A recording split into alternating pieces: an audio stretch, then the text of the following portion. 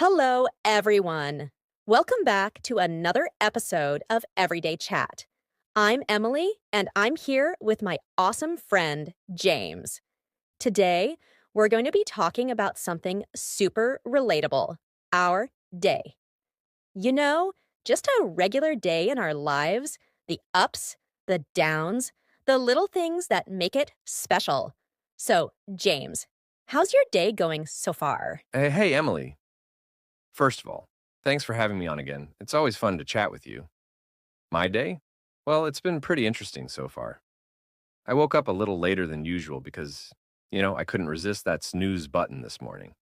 Ugh, I totally get that. That snooze button is a trap. What time did you finally roll out of bed? I think it was around 8:30. Yeah, I overslept a bit, but I needed it after yesterday. Anyway, I jumped straight into the shower to wake myself up, and once I was out, I felt that weird mix of, wow, I'm so behind, and, okay, I'm ready to start the day. You know what I mean? Oh, 100%. It's like your brain is still catching up to your body. So, after you finally got moving, what was next? Well, I had my usual cup of coffee. I can't start my day without it. I tried skipping it once, and let's just say it was not a good experience for anyone around me. James, without coffee? I don't even want to imagine that. But yeah, coffee is a lifesaver for sure. Do you do anything while you're having your coffee? Like, do you scroll through your phone or do you actually try to be in the moment? I try to stay off my phone, keyword try, but I usually end up checking emails or scrolling through social media. It's like a reflex. This morning, though, I just sat on the balcony for a bit. The weather was nice, so I just kind of zoned out while sipping my coffee. That sounds so peaceful.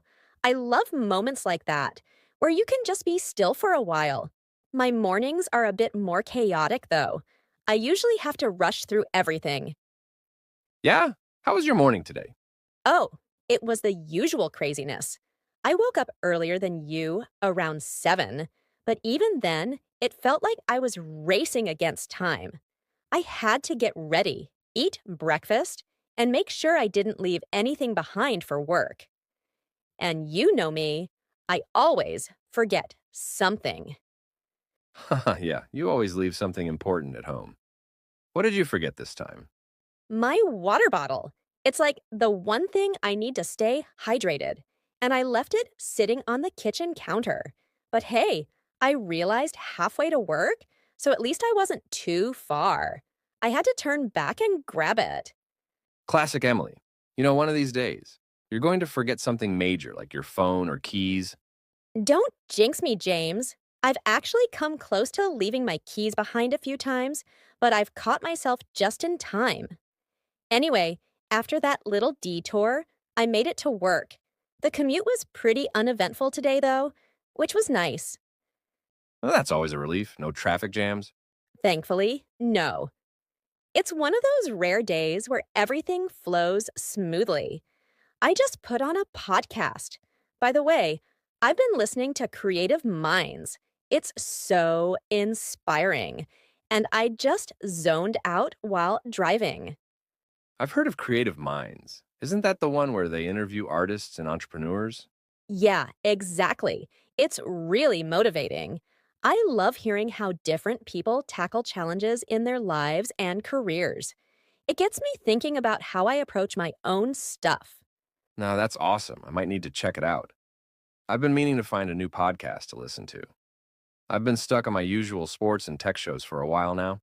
You should. So, once you had your peaceful coffee moment, what did the rest of your morning look like? After coffee, I had to get into work mode. I had a meeting at 10, which I almost forgot about, by the way. I had this sinking feeling, like, am I supposed to be doing something right now? And then it hit me. Oh no, the meeting. So I rushed to set everything up. I feel that's so hard. There's always that one meeting that sneaks up on you. Was it a good one, though?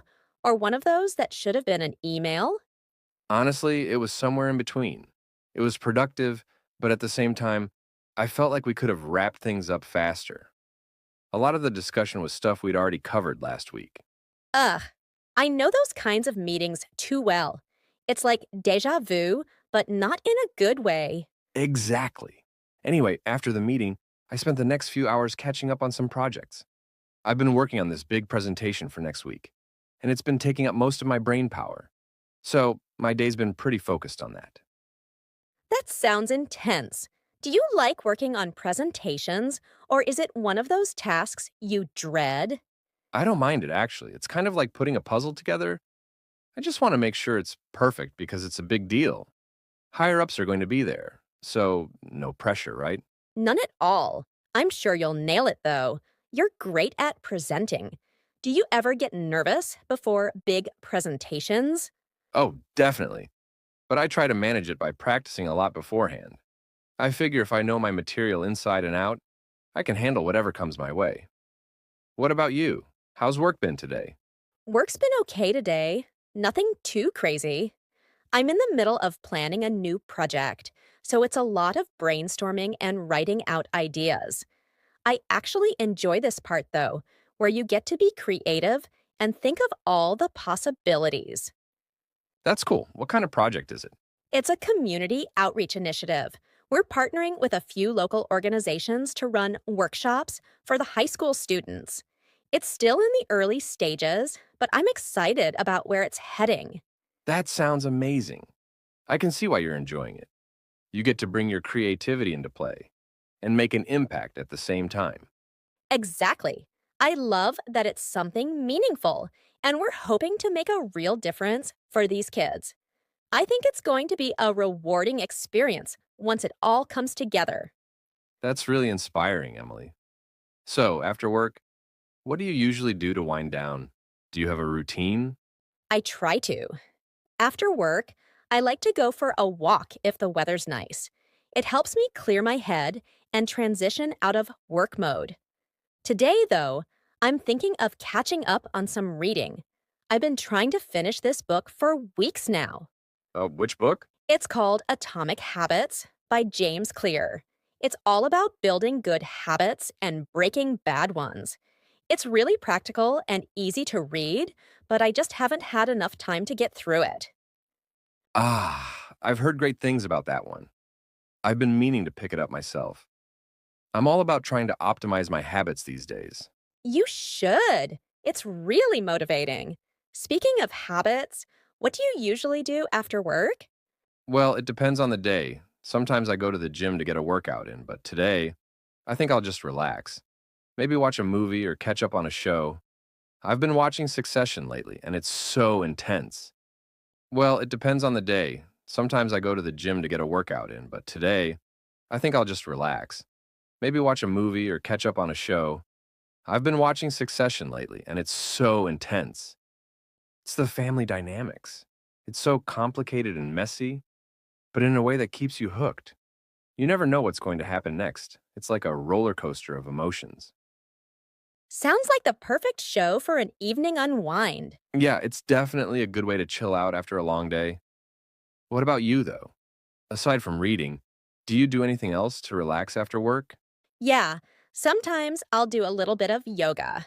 Nothing too intense, just some stretches to help unwind.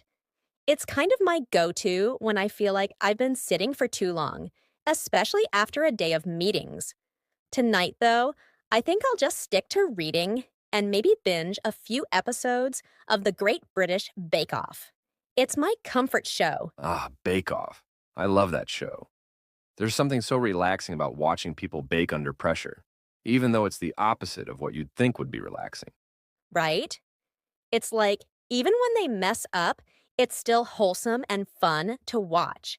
Plus, all the delicious desserts they make, it gives me baking inspiration. Have you tried baking anything recently? Yeah, I actually baked a lemon drizzle cake last weekend. It turned out pretty well, if I do say so myself. I was inspired by one of the episodes. What about you? Have you been experimenting in the kitchen lately? I'm more of a throw everything into a pan and hope for the best kind of guy, but last week, I did make a pretty decent pasta dish. I was trying to be all fancy with it, added some fresh herbs and a homemade tomato sauce. I think I impressed myself more than anyone else. Hey, that sounds impressive. Fresh herbs and homemade sauce? You're definitely leveling up your cooking game. Thanks. It's fun to try new things in the kitchen. It's one of those activities where you don't have to think too hard, and if it turns out well, it's a win. Plus, food is a great way to relax, either making it or eating it. Couldn't agree more. Speaking of food, did you have a good lunch today? Oh man, lunch was so random today. I had a leftover sandwich from yesterday's dinner, so I just threw that together. Nothing special, but it did the job. What about you? Today, I actually treated myself. I went out to this little cafe near work and got a salad with grilled chicken and avocado. It was one of those meals that makes you feel good and energized, you know? Nice, that sounds delicious. I've been trying to be better about what I eat during the day, but sometimes it's just easier to grab whatever's quick. Maybe I should try hitting up a cafe now and then. It's a nice change of pace, for sure. And it kind of breaks up the day, which is always a plus. Speaking of breaking up the day, do you have any little routines or habits that help you get through work? Like something you do to reset or recharge? Yeah, I take short breaks throughout the day, especially if I'm feeling stuck on something. I'll get up, stretch, maybe take a walk around the block if the weather's nice. Sometimes just stepping away for 5 minutes can give me a fresh perspective. What about you? Any workday rituals? Similar, actually.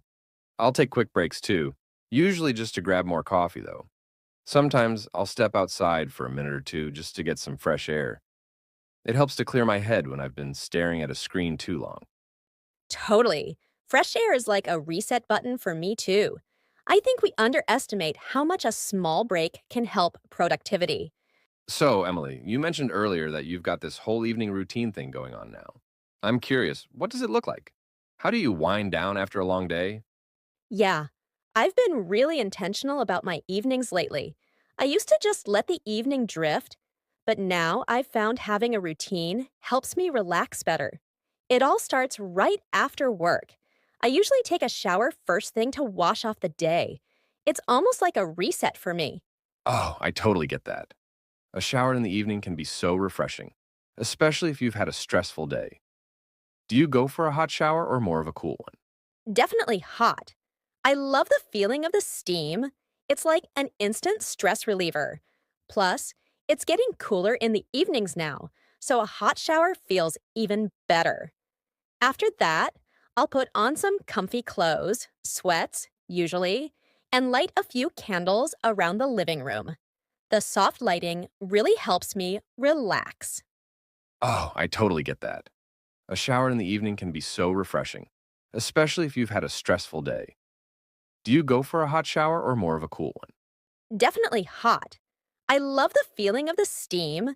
It's like an instant stress reliever. Plus, it's getting cooler in the evenings now, so a hot shower feels even better. After that, I'll put on some comfy clothes, sweats, usually, and light a few candles around the living room. The soft lighting really helps me relax. Smart move with the no caffeine rule. I should probably follow that. I tend to have a late coffee sometimes and then wonder why I'm lying wide awake at midnight. So, after your tea, what's next? Well, once I'm settled with my tea, I like to do a little journaling. Nothing too serious, just reflecting on the day, what went well, what I'm grateful for, that kind of thing. It's a nice way to close out the day on a positive note. That sounds like such a mindful way to end your day. Do you find that it helps you process things better? Definitely. It's like even if the day wasn't perfect, I can still find something good in it. Plus, it helps me let go of any lingering stress. After journaling, I usually read for a bit. It's a great way to wind down without screens. That's such a healthy routine, Emily. I feel like mine's a bit all over the place in comparison.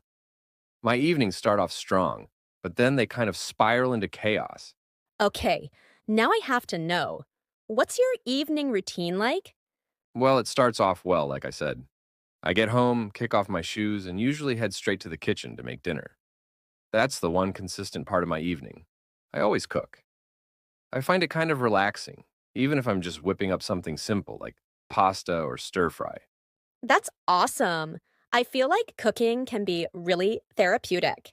Do you ever experiment with new recipes? Sometimes, yeah. If I have time, I'll try something new, but most nights it's pretty basic. After dinner, though, is where things get a little less structured. I'll clean up, but then I usually end up on my couch, scrolling through my phone or watching a show. That's where I lose track of time. Ah, the phone trap. I know exactly what you mean. You sit down to relax for a minute, and then suddenly an hour has gone by, and you've done nothing. Exactly. I'll start by checking messages or social media, and before I know it, I'm down some rabbit hole of random videos. I tell myself I'll just watch one or two, but that never happens. That's so relatable. Do you ever feel like it messes with your sleep? Like, after all that screen time, do you have trouble unwinding? Yeah, I think it does. I've been meaning to cut back on screen time in the evening, but it's tough. I'm trying to build a routine like yours, something more relaxing and intentional. Do you avoid screens altogether in the evening? Pretty much. I try to keep my phone away for at least the last hour before bed. I realized that when I was on my phone late at night, I'd have trouble falling asleep, or I wouldn't feel rested in the morning. Now I just put my phone on, do not disturb, and leave it in another room. That's such a good idea. Maybe I'll try that tonight. Just leave my phone out of reach. What do you do in place of screen time, though? I feel like I'd get bored.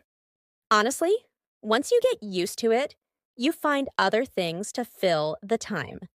Like I said, I'll read, or sometimes I'll listen to a podcast or do some light stretching. It's a lot more calming than staring at a screen until my eyes burn. Yeah, that makes sense. I really should get back into reading at night. It's just hard to break the habit, you know? After a long day, it's so easy to veg out in front of the TV. I totally get that. It's all about finding what works for you. I didn't shift to this routine overnight. It took a while to get here. Some nights I'm still tempted to just binge watch a show, but I've noticed I feel so much better when I stick to the routine. How do you motivate yourself to stick to it? I feel like I'd start strong for a few days and then slip back into old habits. It helps that I see the results, like I sleep better and I feel more rested in the morning. That's motivation in itself. Plus, I remind myself that it's okay to have off days. It doesn't have to be perfect. If I skip journaling one night or watch a show, it's not the end of the world. That's a good mindset. I feel like I can be all or nothing sometimes. Either I stick to a routine perfectly or I don't bother at all. I need to find that balance. Exactly.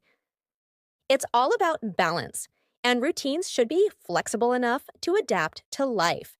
Some nights, if I'm really tired or just in the mood to do something different, I'll mix it up.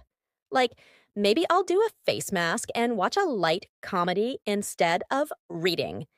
It's still part of my wind down, just in a different way. That sounds nice, actually. I should introduce something like that into my evenings, like a self care night. Do you do anything else for self care in your routine? Yeah, I'll do little things like skincare or a warm bath with bath salts if I'm feeling really stressed. I try to make time for those things because they help me feel more grounded. Even small acts of self care can make a big difference. I love that. I feel like I've been neglecting that part of my routine, just doing things for myself that aren't tied to productivity or work. Maybe I need to take a page out of your book and start incorporating more of that into my evenings. It's all about treating yourself with care, even in the small moments. You deserve that time to decompress, just like anyone else. And trust me, once you get into the habit, it feels so good. All right, you've convinced me. I'm going to try building a better evening routine starting tonight. I'll take a shower, make some tea, and keep my phone out of the picture. Let's see how that goes. That's the spirit. I bet you'll notice a difference pretty quickly. And hey, if you need any tips along the way, I'm always here to help. Thanks, Emily. I appreciate it. I'll definitely keep you updated. Maybe I'll start with just a few steps, like making sure I don't check my phone before bed. Baby steps, right? Exactly, baby steps. You don't have to overhaul everything at once. Even just a couple of changes can have a big impact. All right, I'm feeling motivated now. Tonight it's herbal tea, no phone, and maybe even some journaling. I'll let you know how it goes tomorrow. Sounds like a great plan. Good luck with it, James. You'll do great. So, Emily, you just got back from your holiday, right? I've been dying to hear all about it. Where did you end up going? Yeah, I got back a few days ago. I went to Italy. It was incredible. I've always wanted to go, and this year I finally made it happen. Italy. That's amazing. Where did you stay and how long were you there for? I stayed for about 10 days. We started in Rome, then went to Florence, and finished off in Venice. Each place had its own vibe, and I loved every minute of it. That sounds like the perfect itinerary. What did you think of Rome? It's got to be so surreal being surrounded by all that history. Oh, totally. Rome was like stepping back in time. Everywhere you turn, there's some ancient ruin or monument. I mean, the Colosseum, seeing that up close was mind blowing. And the Roman Forum, where you can just walk among the ruins, it really gave me this sense of how ancient the city is. Yeah, I've heard the Colosseum is pretty breathtaking in person. Did you get to go inside? Yep, we did a guided tour, and I'm so glad we did. The guide really brought the history to life. He explained how the gladiators fought, how the whole arena was set up, and even the engineering behind it. It's crazy to think they built something so massive and complex all those years ago. That sounds incredible. And what about Florence? It's supposed to be the art capital, right? La Florence was beautiful. It's much smaller and quieter than Rome, but it has this old world charm. The art was next level. I went to the Uffizi Gallery, which has works by Michelangelo, Botticelli, and Leonardo da Vinci.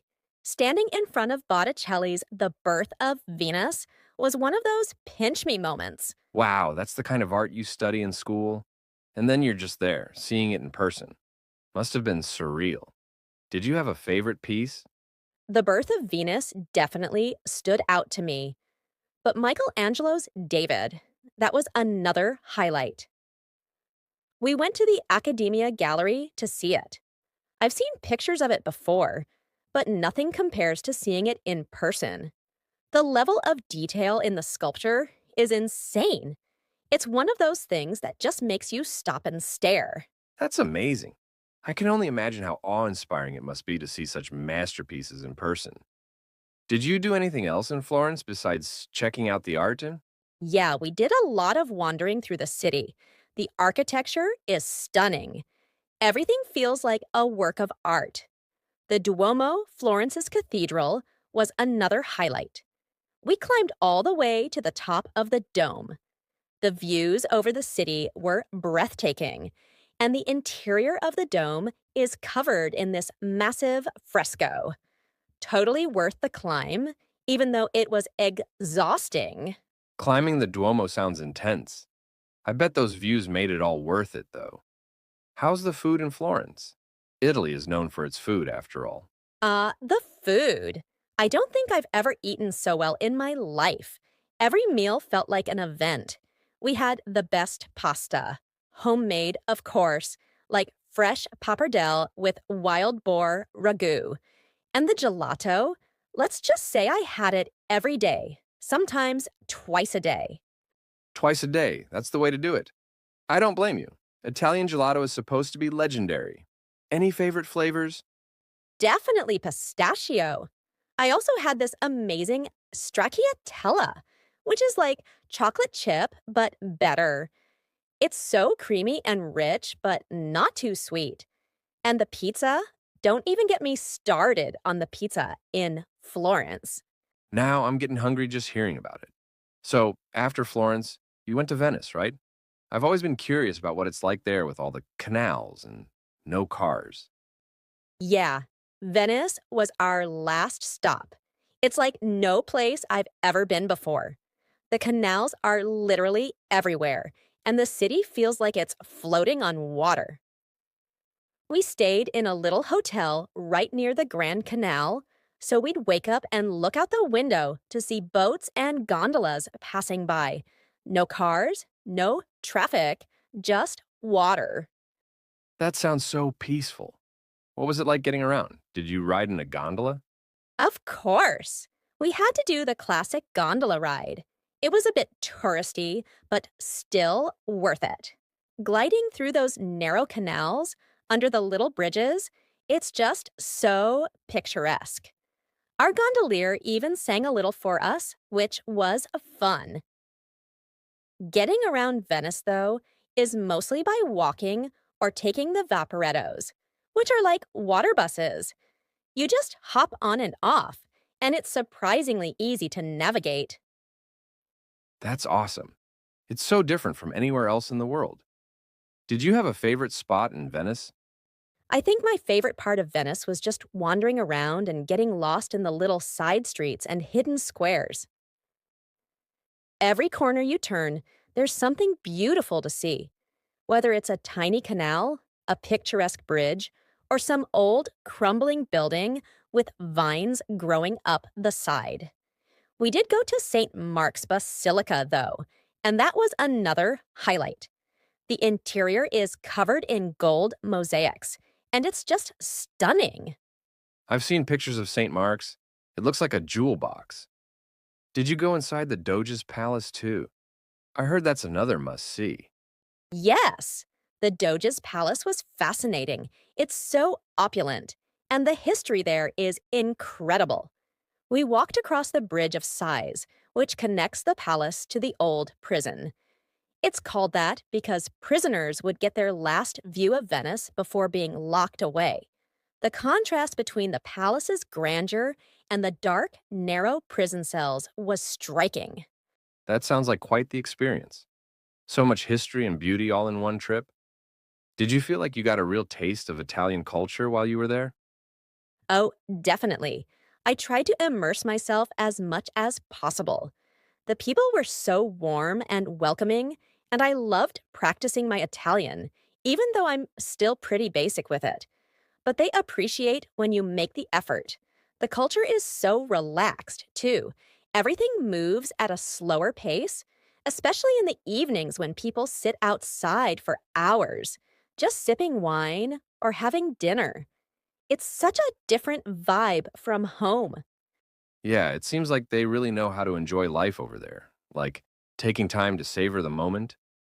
Did you have any memorable interactions with the locals? One of my favorite moments was when we were in a small cafe in Venice.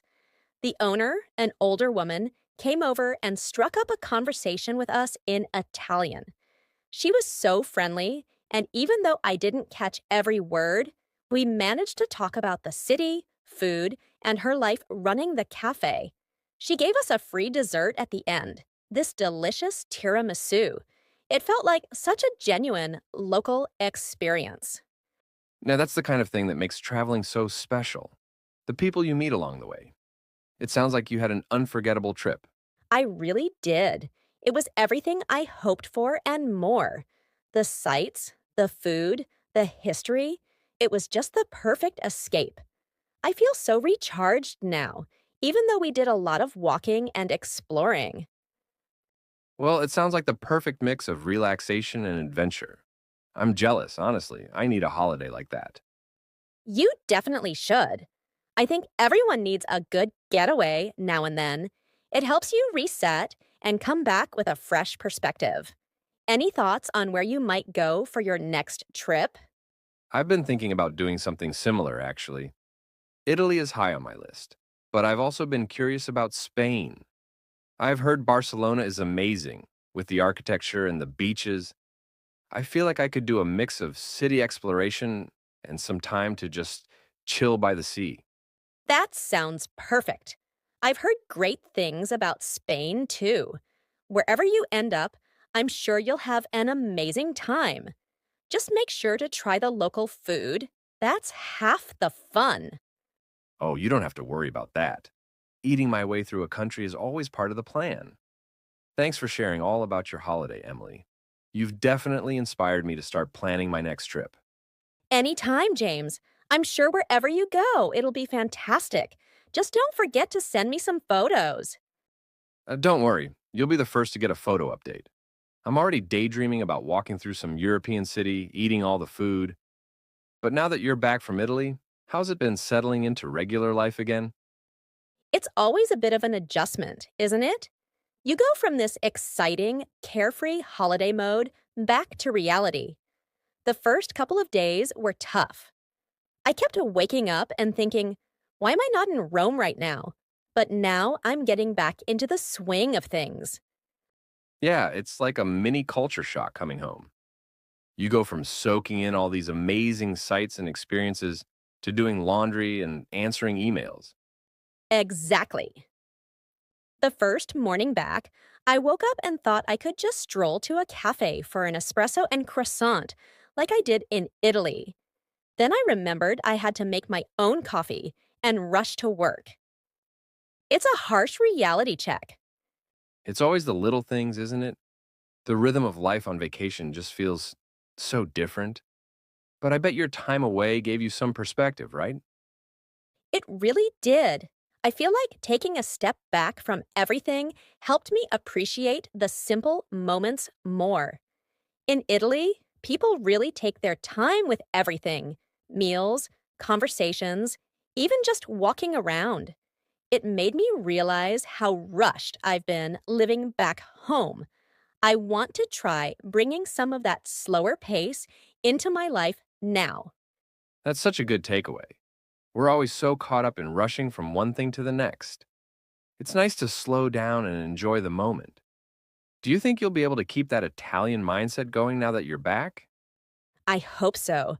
I've already started trying to be more mindful, like taking longer walks after work instead of just rushing home. And I've been trying to make meals more of an event, sitting down without distractions and savoring the food. It's a small thing, but it's helping me hold on to that vacation feeling. Oh, that sounds great, Emily. It's like you're bringing a piece of Italy back with you. I feel like more of us should do that. Use our holidays to not just escape, but also to learn something about how we want to live. Exactly. I didn't want the trip to just be this fun experience that I leave behind. I want it to be something that shapes how I approach life going forward. And honestly, even something as simple as sitting outside for breakfast, like I did in Italy, makes my day feel calmer. I love that idea. So it's not just the big things you bring back from a holiday, but the small habits that can make a difference too. I feel like I need to start incorporating more of that into my daily routine. I love that idea. So it's not just the big things you bring back from a holiday, but the small habits that can make a difference too. I feel like I need to start incorporating more of that into my daily routine. Absolutely. I'm always running around trying to get a million things done. Maybe I should take a page from your book and slow things down a bit. It sounds like you're finding that balance now. I'm trying, but it's definitely a work in progress. There are still days when I feel the rush creeping back in, but I think the key is to remind myself of how good it felt to slow down while I was on holiday. And of course, I've got all my photos to remind me of those peaceful Italian mornings. Photos are the best for that. They take you right back to those moments. Speaking of which, have you printed any out yet? I feel like that would be a great way to keep those memories alive. Funny you mention that. I've been meaning to print a few for a photo album. I want to have something tangible to look back on instead of just scrolling through my phone. There's something special about flipping through an album, you know? Totally. Having those printed photos makes the memories feel more real. Plus, it's always nice to be able to share them with people when they come over. Funny you mention that. I've been meaning to print a few for a photo album. I want to have something tangible to look back on instead of just scrolling through my phone. There's something special about flipping through an album, you know? Exactly, and it's a great conversation starter. I've already been telling friends about the trip, but flipping through an album makes it feel even more personal. Plus, I'm thinking of framing one or two for my apartment. That way, I'll have a little piece of Italy with me every day. That's a fantastic idea. Which photos are you thinking of framing? Definitely one from Venice. There's this one shot we took on a gondola at sunset with the Grand Canal in the background. It's magical. I'm also thinking of framing a picture of the Colosseum in Rome, just to remind me of how ancient and incredible the city is. That sounds perfect.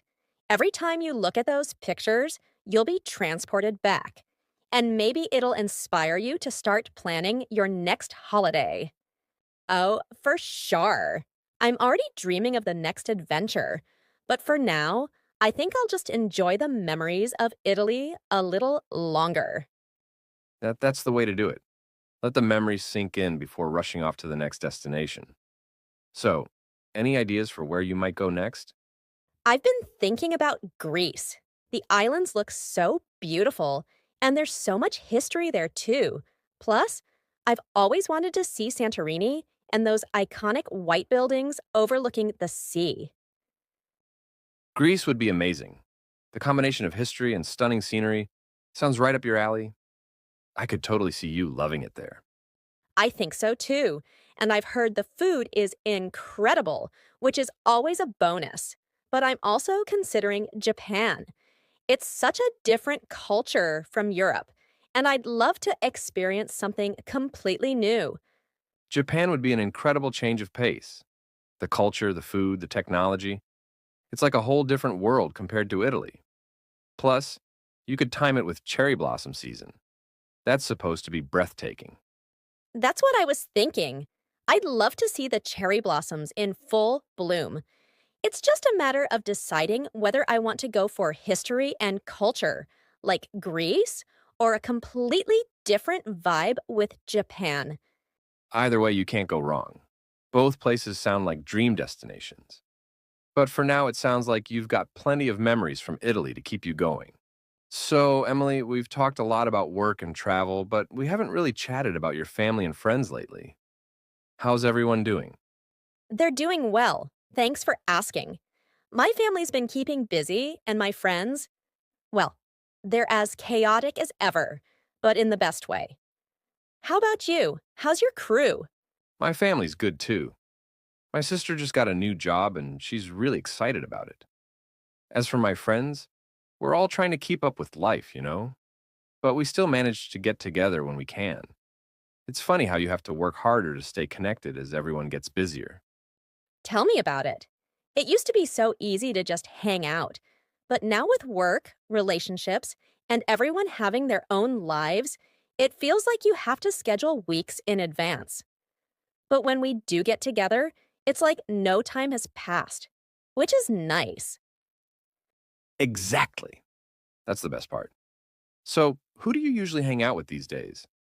I remember you used to have that tight knit group of friends. Are you all still close? Yeah, we're still close, though a few of us have moved to different cities. My core group is my best friend, Chloe, and a few others I've known since school. We've all known each other for so long that we've been through everything together: graduations, first jobs, breakups, you name it. That's awesome. It's rare to keep friends for that long. What's Chloe up to these days? Chloe's as unpredictable as ever. She just started a new hobby: pottery, of all things. I would have never guessed, but she's totally into it now. She even made me a vase. It's a little wobbly, but I love it. Pottery? That's a curveball. But it's cool she's exploring new things. Do you guys still hang out a lot? We try to. She lives about an hour away now, so we don't see each other as often, but we make it a point to catch up at least once a month. When we do, we usually go for brunch or just hang out at each other's places, binge watching whatever show we're both into. That's great. It sounds like you've got a solid friendship there. What about your family? You're pretty close with them, right? Yeah, I'm really close with my family. My parents still live in the same house I grew up in, and I visit them often. My younger brother, Ben, just started university, so that's been a big change for him. He's trying to find his way, and I'm doing my best to be the supportive older sister. That's awesome. What's Ben studying? He's studying computer science. He's always been a tech whiz, so it's the perfect fit for him. I think he's still adjusting to university life, though. It's a big leap from high school, and he's trying to figure out the balance between studying and having fun. Yeah, that balance can be tricky, but I'm sure he'll figure it out. Is he living on campus or commuting? He's living on campus, which is good for him. He's making new friends and getting involved in different clubs. I think it's helping him come out of his shell a bit. And that's great to hear. Living on campus can be such a transformative experience. I bet he's loving the freedom, but probably missing home cooked meals, right?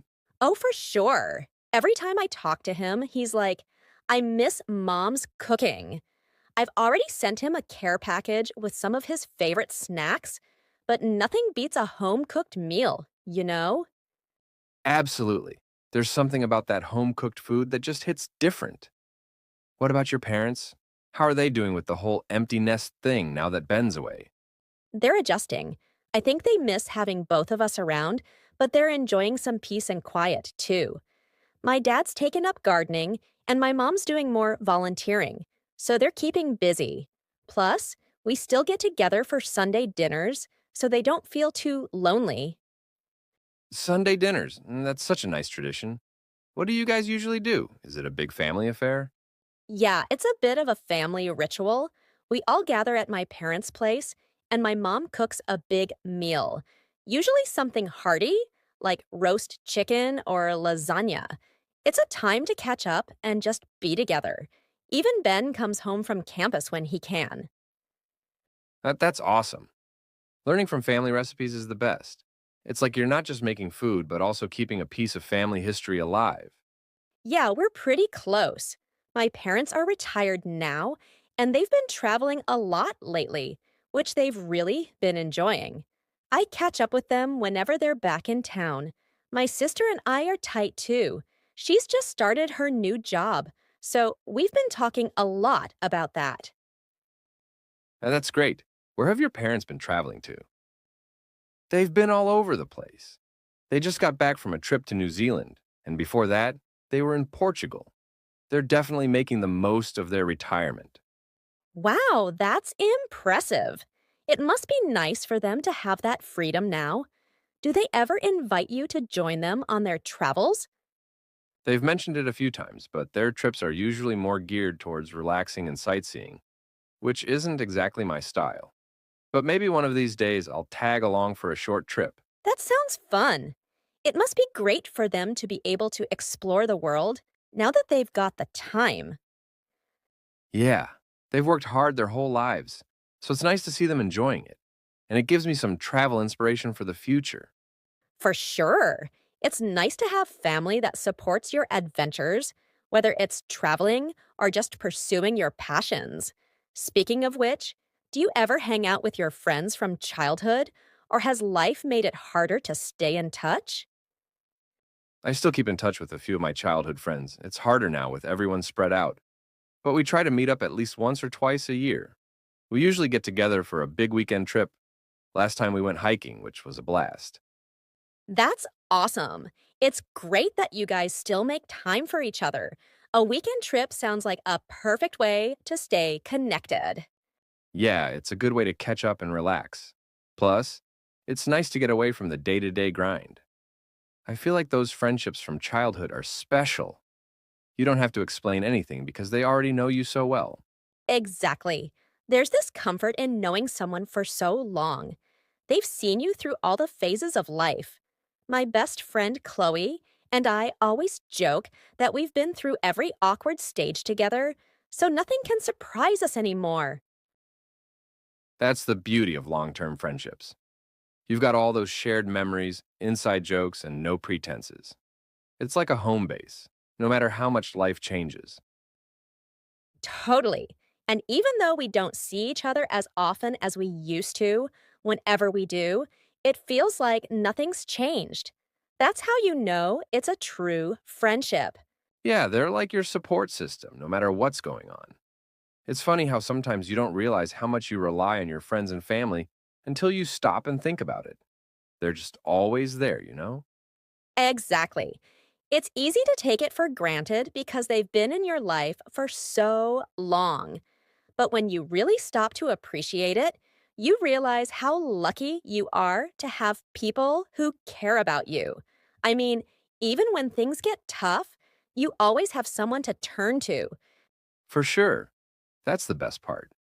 Like when I was going through that tough time last year with work, my sister was the first person I called. She didn't even have to say much. Just knowing she was there made all the difference. That's so true. Sometimes it's not even about giving advice or fixing anything, it's just knowing someone is there to listen. My mom's always been that person for me.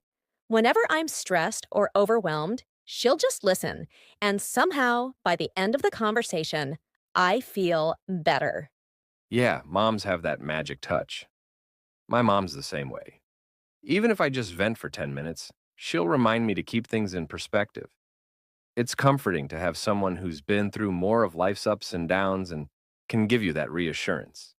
Absolutely. It's like they've seen it all and know that things usually work out in the end. I try to remind myself of that when I'm stressed, but it's easier when someone else points it out. Totally.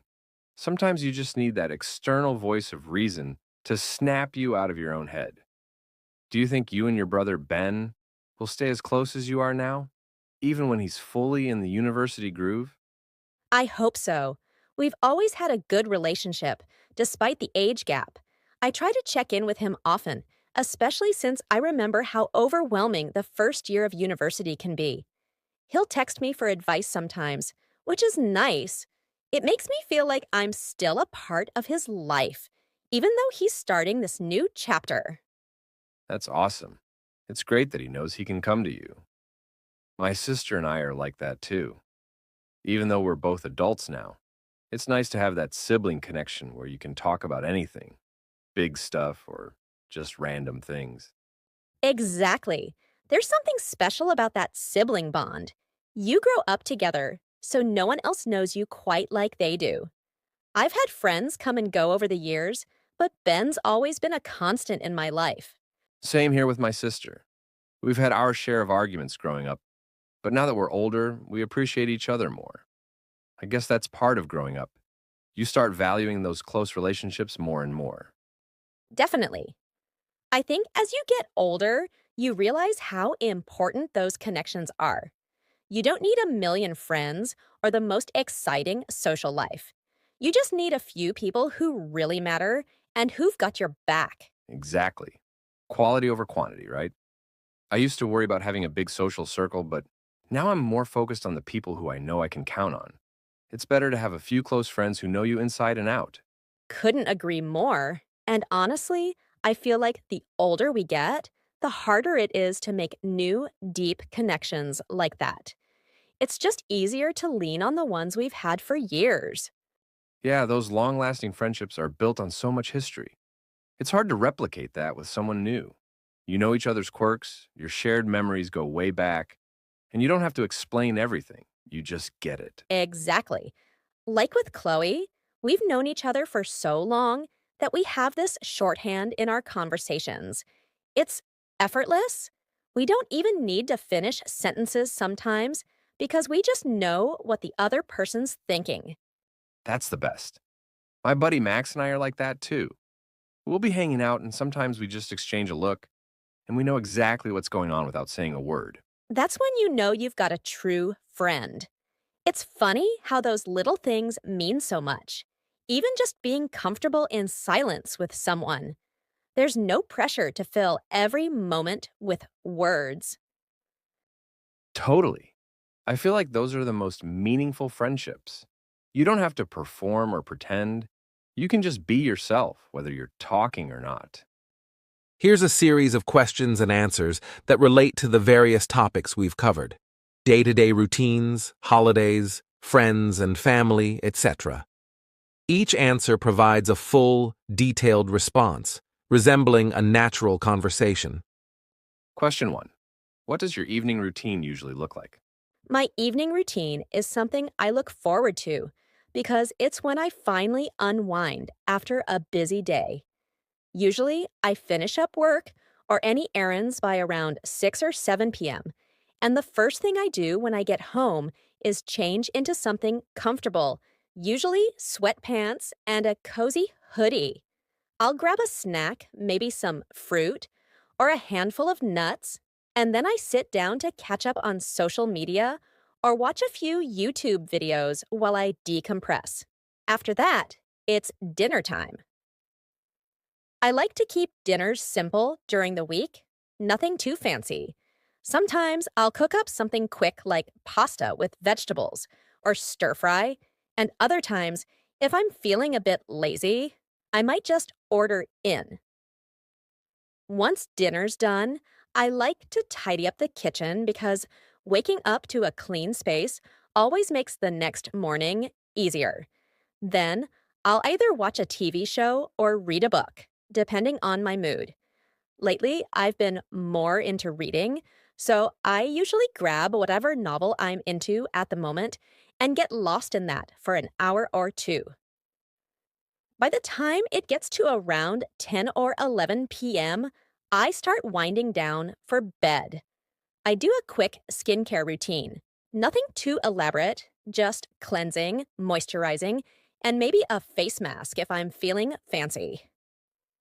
Then, I'll brush my teeth, make sure my phone is plugged in, and crawl into bed. I like to listen to some calming music or a podcast before I sleep. It helps me clear my mind and relax.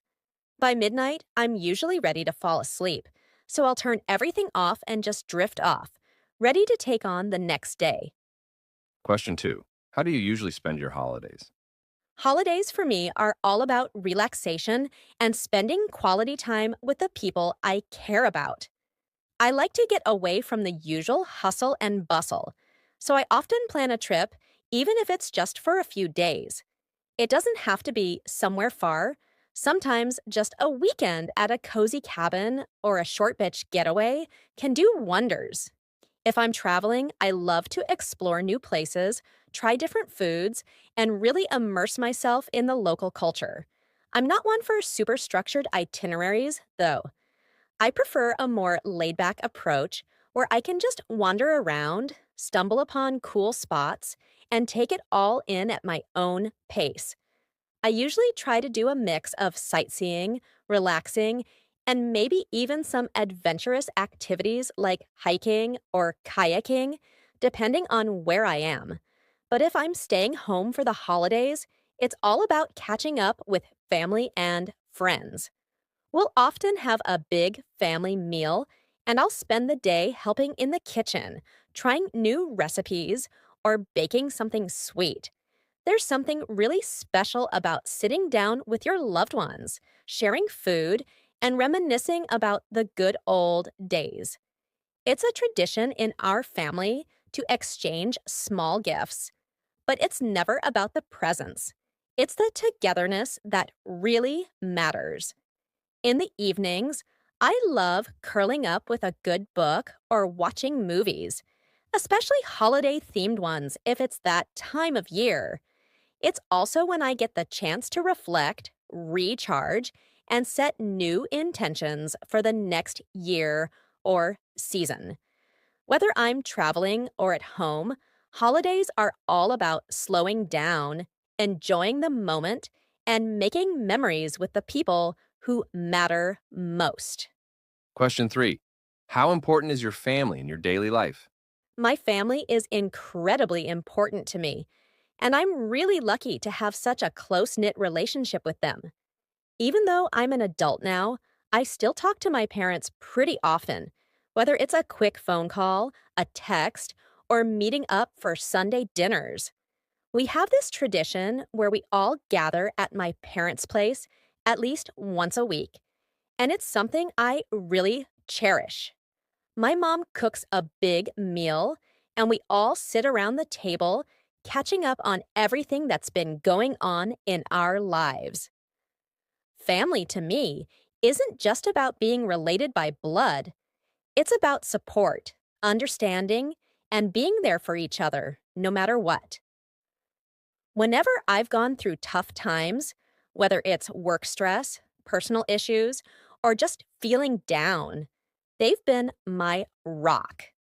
My parents have always been great listeners, and even though they don't always have the answers, just knowing they're there makes a huge difference. I'm also super close to my siblings. My brother and I have a really strong bond. We might not see each other every day, but we always make time to hang out, whether it's grabbing coffee or going for a hike. I feel like having that kind of relationship with your family is so important because they're the ones who've known you the longest. They've seen you through all the phases of life and love you unconditionally, flaws and all. Overall, I'd say my family plays a huge role in my daily life. They ground me, remind me of what's really important, and give me a sense of belonging that I couldn't imagine living without. Question 4. How do you stay in touch with your friends, especially as life gets busier? Staying in touch with friends can be challenging as life gets busier, but it's definitely something I prioritize because those friendships are so important to me. I found that you really have to make the effort to keep those connections alive, especially as everyone's schedules fill up with work, relationships, and other responsibilities. For me, it's all about planning ahead.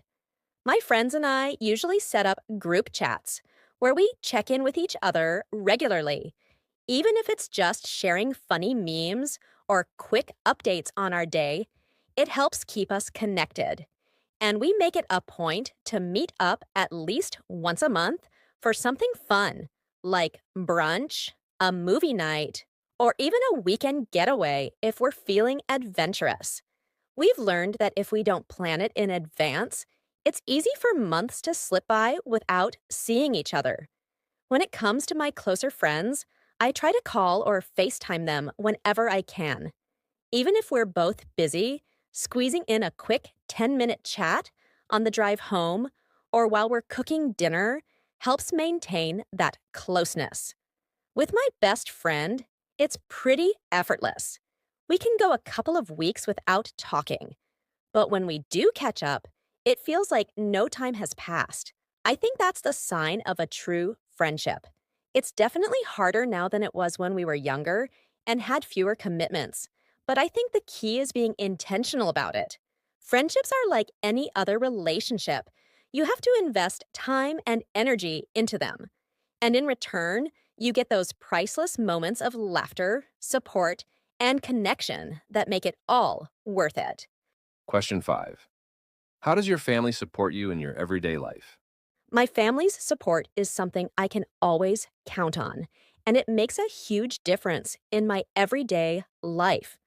Whether I'm going through a rough patch at work, feeling stressed about something personal, or just needing someone to talk to, they're always there for me.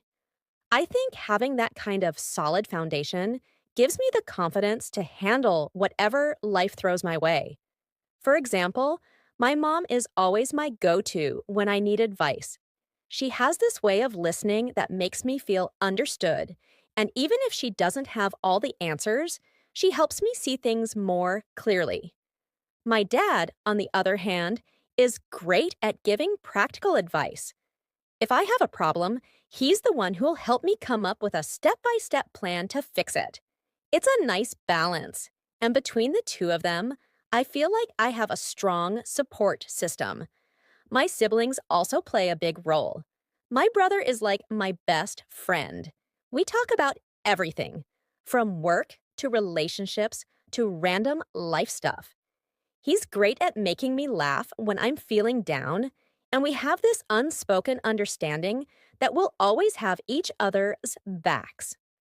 On top of all that, my family just helps keep me grounded. They remind me of where I come from and what's really important in life. It's easy to get caught up in the stress of everyday life, but my family brings me back to center. Whether it's through our regular Sunday dinners or just a quick text to say, "Hi," Their support is something that keeps me going. Question 6. What does your ideal holiday look like? My ideal holiday is all about balance, having enough time to explore a new place and its culture, but also making sure I have some downtime to relax and recharge.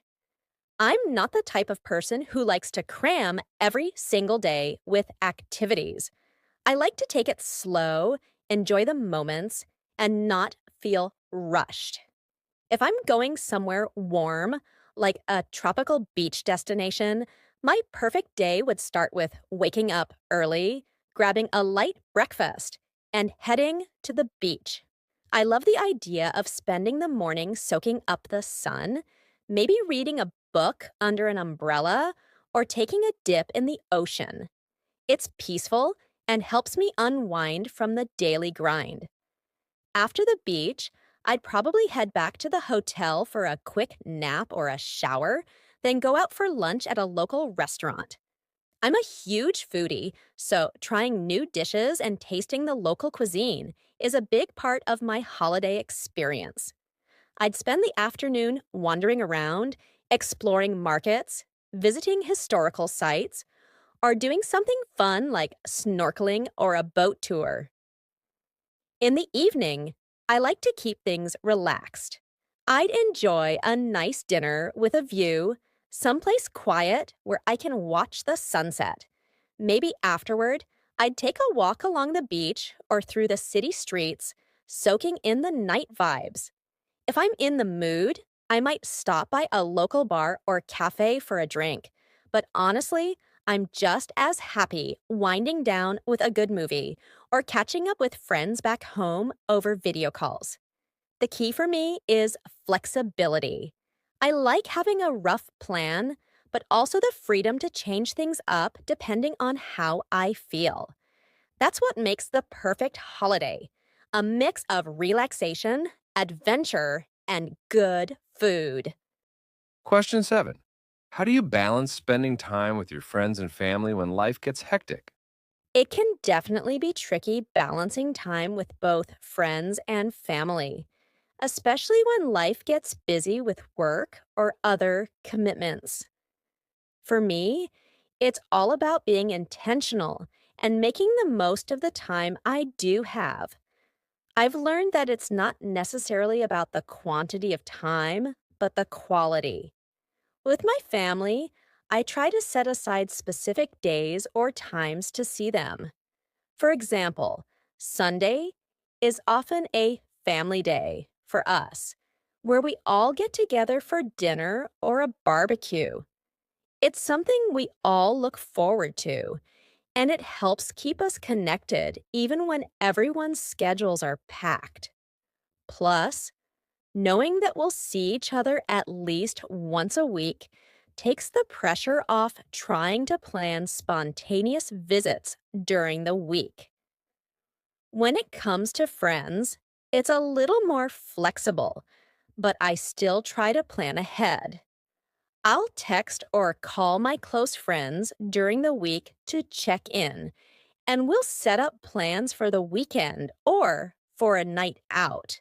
Sometimes, even if it's just grabbing coffee after work or going for a walk, it's enough to catch up and keep that connection strong. We've also gotten into the habit of scheduling group video calls, especially with friends who live farther away. It's not the same as being together in person, but it's a great way to stay in touch. The key for me is communication, letting both my family and friends know when I'm busy, but also making an effort to be there when I can. Sometimes life gets hectic, but if you prioritize the people who matter, you'll always find a way to stay connected, even if it's in small ways. Question 8. How do you like to spend time with your family on a typical weekend? A typical weekend with my family is usually laid back, but it's filled with moments that bring us closer together. We don't always do big activities, but we enjoy each other's company. And that's what matters most. If we're all free on Saturday, we might start the day with a family breakfast. My mom's pancakes are a classic weekend tradition. We'll all sit around the table, chatting about the week, sharing funny stories, or talking about plans for the upcoming days. After breakfast, if the weather's nice, we might head out for a family walk or hike.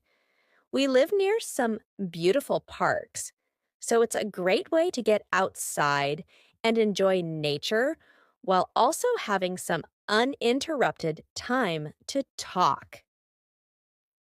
These walks are usually where we catch up on each other's lives, and I always appreciate how natural the conversation feels when we're just out enjoying the fresh air. By the afternoon, we'll split up and do our own things for a bit. Some might go shopping, run errands, or just relax at home. Then, in the evening, we'll often come back together for dinner. We like to mix things up with what we eat. So sometimes it's a homemade meal, and other times we'll get takeout or barbecue in the backyard. It's a great chance to unwind and laugh, especially when we're all joking around or reminiscing about old times. If we're not too tired, we'll sometimes end the day with a movie or a board game. Family game nights are always fun because everyone gets competitive, but it's all in good spirit. It's not about doing anything fancy, it's just about spending time together, making memories, and enjoying the simple moments. That's what makes weekends with family so special. Now, question 9. What role do your friends play in your life? My friends play a huge role in my life. They're like an extended family. I've been lucky to have some really strong, long lasting friendships, and those relationships are something I value deeply. Friends are the people you choose, and in many ways, they see sides of you that even family might not. They're the ones who've been there for me through all the ups and downs, offering support, advice, and sometimes just a good laugh when I need it most. I think what makes friendships so special is that they're built on shared experiences. My closest friends are the ones I've gone through so much with. Whether it's traveling together, working through life's challenges, or just spending countless hours hanging out. These experiences create a bond that's hard to replicate. They also keep me grounded. My friends know me so well that they can call me out if I'm overthinking something or getting too stressed. At the same time, they're my biggest cheerleaders, always encouraging me when I'm feeling unsure about something. It's a nice balance of having fun together and being there for each other when life gets serious. In my day to day life, my friends are a big part of my support system. Even though we all have busy schedules, we make time to stay in touch.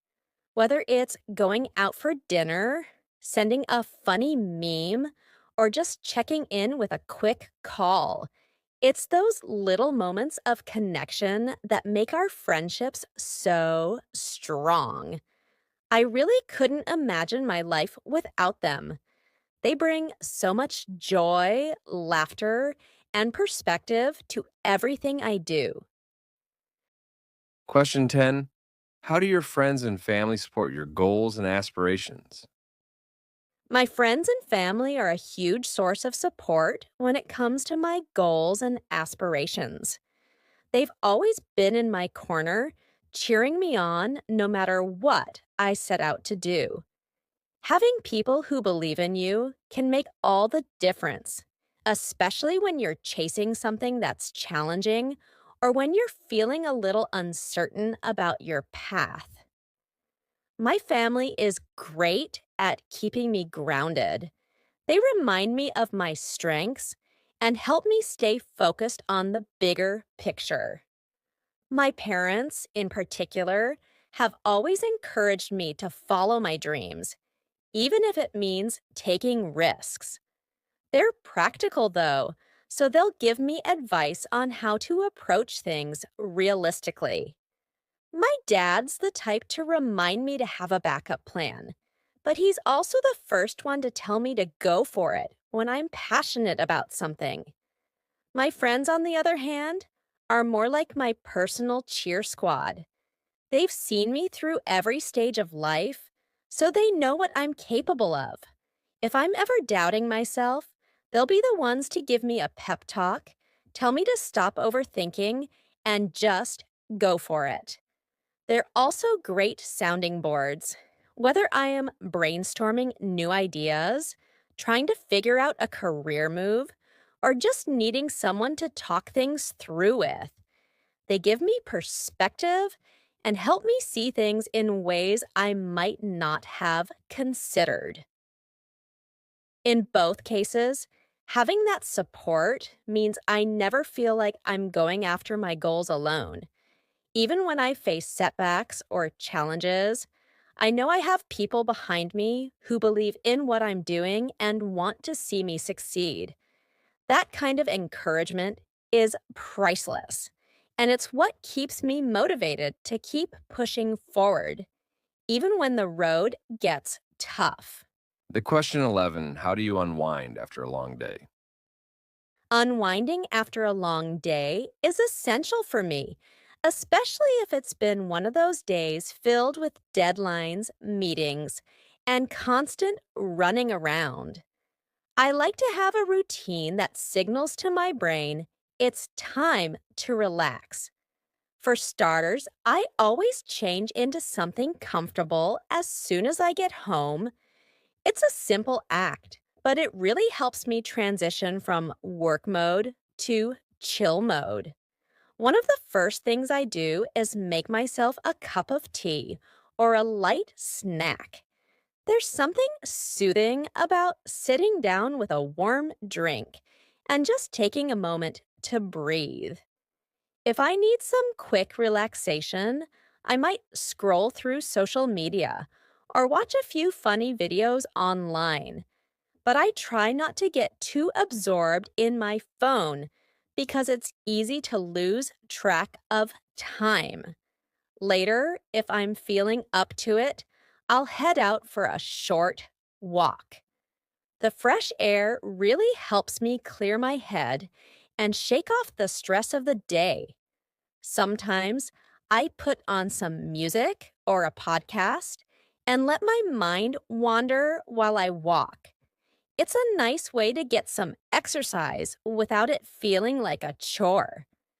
When I get back, I usually like to spend time doing something low energy, like watching a show or reading a book.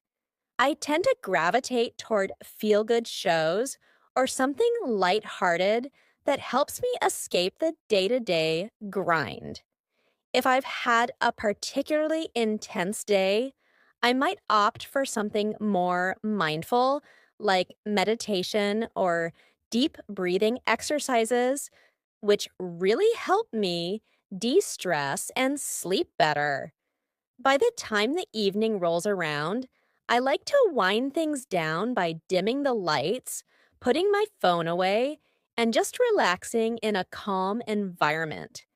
It's all about creating a space that feels peaceful, so I can completely switch off from the busy day and focus on recharging for tomorrow. Question 12, what's your favorite family tradition? My favorite family tradition has to be our holiday get togethers, especially around Christmas. It's not just about the holiday itself, but everything leading up to it. Every year, we have a family tradition of decorating the house together. which is something I always look forward to. We put up the Christmas tree, hang lights around the house, and bring out all the old ornaments we've collected over the years.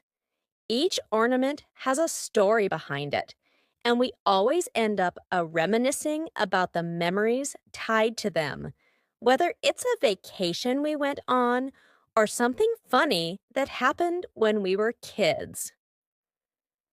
Another part of the tradition is baking cookies with my family.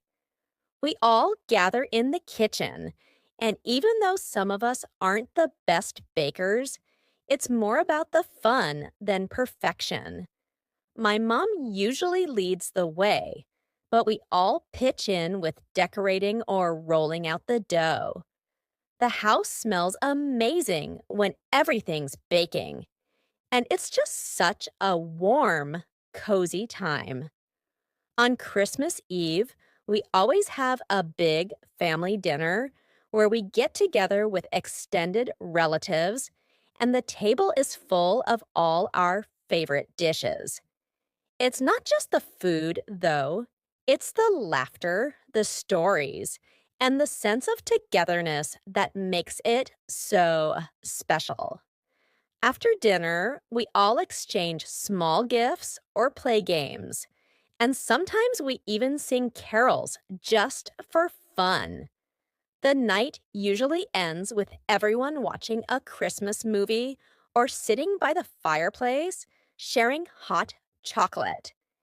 It's those little traditions, the ones that bring us closer together, that really make the holidays feel magical. No matter how busy the year gets, these traditions always ground us and remind us of what's important. Spending time with the people you love. Question 13. How do you stay connected with your friends, especially those who live far away?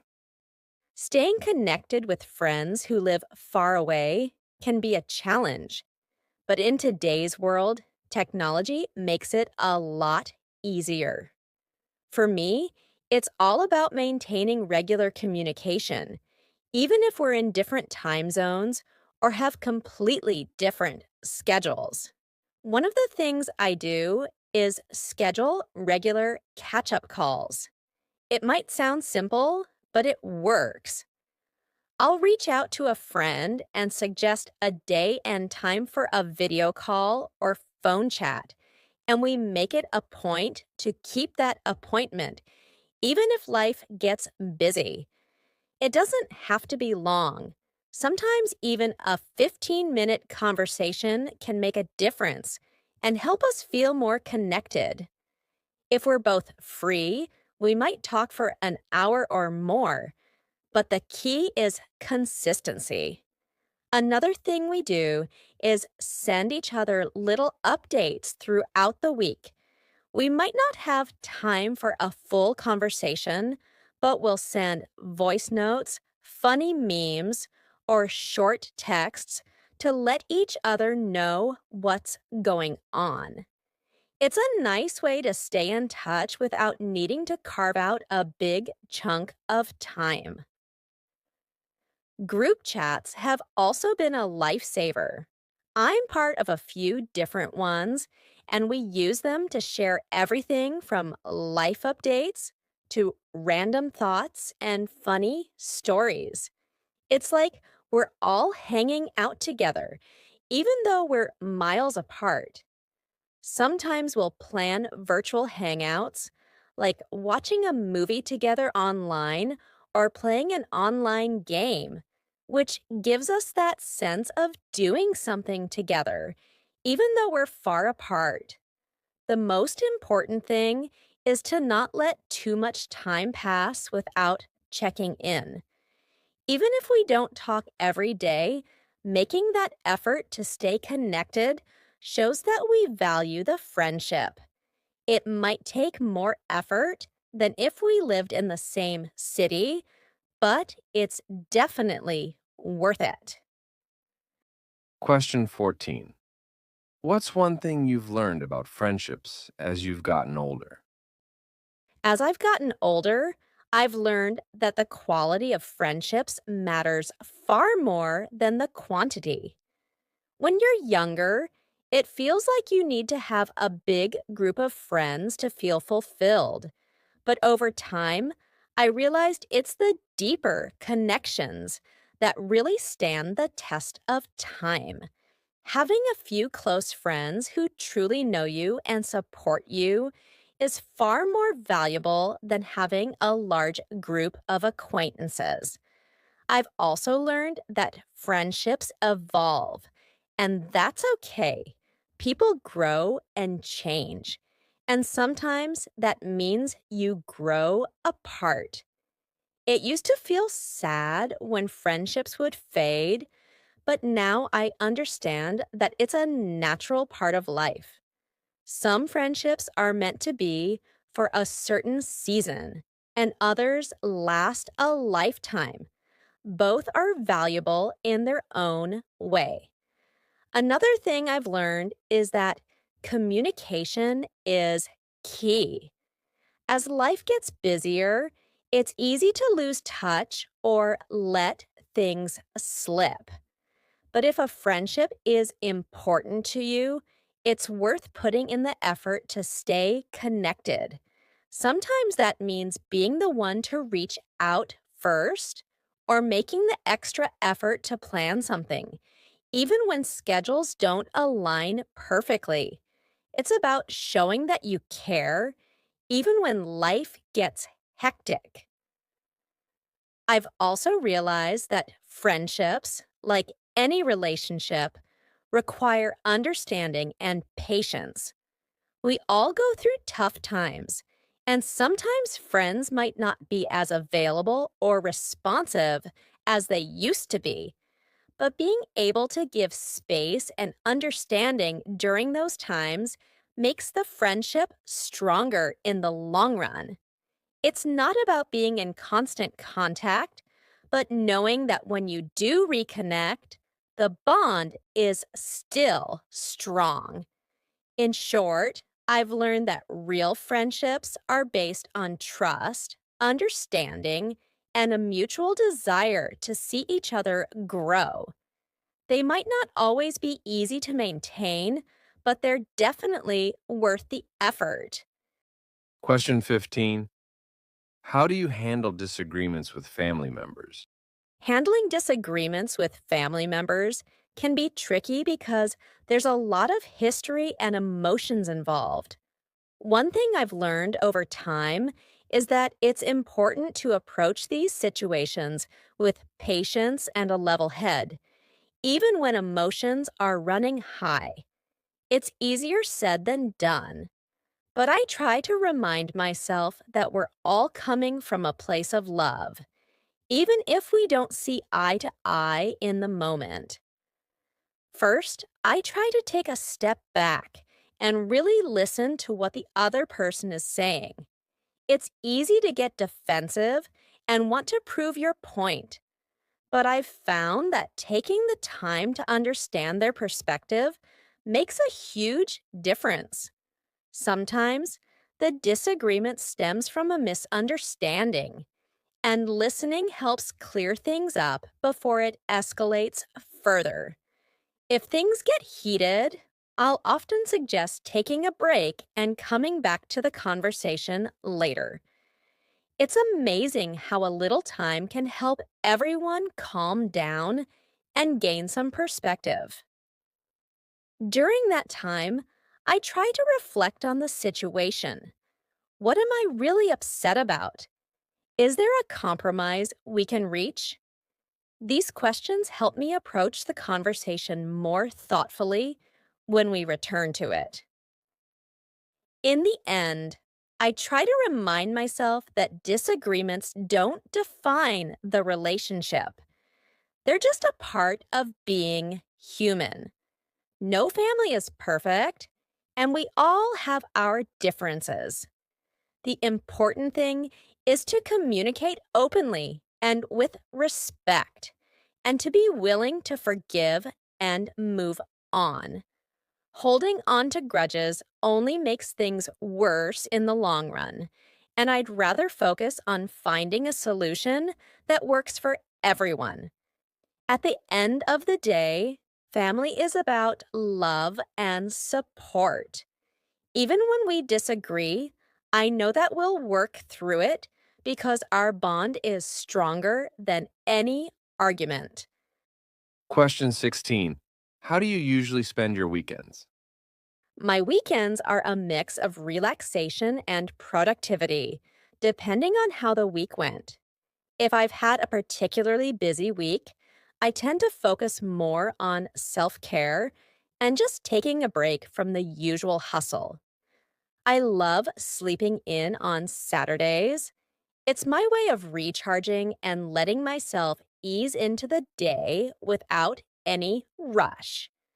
After breakfast, I usually do something I enjoy, like reading a book or catching up on shows I missed during the week. I also try to spend time outdoors, especially if the weather is nice. Whether it's going for a walk in the park or grabbing coffee with a friend, I find that getting out of the house helps me reset my mind and get some fresh air. On the productive side, weekends are also when I catch up on things I didn't have time for during the week, like cleaning or organizing around the house. It's not the most exciting way to spend a Saturday, but I actually find it relaxing, especially once everything is neat and in order. Sundays are usually a bit more low key for me. I like to spend time with family if I can, whether that's having a meal together or just hanging out. Sundays are also my set day for the upcoming week. I'll take some time in the evening to plan out what needs to be done for the week ahead, make a to do list, and get my space ready for Monday. Overall, my weekends are about finding a balance between rest and preparation. It's nice to have the freedom to do what I feel like, but also to use the time to get ready for a fresh start. Now, question 17. What do you like to do when you visit your family? When I visit my family, the first thing I look forward to is simply catching up with them. There's something so comforting about being back home and just spending time together without any agenda. Usually, we'll start by sitting down for a big family meal. My parents love to cook, and whenever I come over, they always make sure to prepare my favorite dishes, which makes it feel even more special. We sit around the table for hours, eating, talking, and laughing. It's like a tradition of its own. Beyond that, we like to keep things simple. Sometimes we'll watch movies together, and other times we'll just sit around and chat about what's been going on in our lives. There's a lot of storytelling, reminiscing about old times, and catching up on all the little things that don't always come up over the phone. If I'm visiting for a few days, we usually plan a family outing. It could be something as simple as going for a walk, visiting a local park, or even going out to eat somewhere new. My family and I also love board games, so sometimes we'll have a game night. It gets pretty competitive, but in a fun way. What I really appreciate about visiting my family is that it gives me a chance to slow down. Life gets so busy, and being with them reminds me of the importance of staying connected to the people who matter most. I always leave feeling recharged and grateful for the time we've spent together. Question 18. How do you handle stress during busy weeks?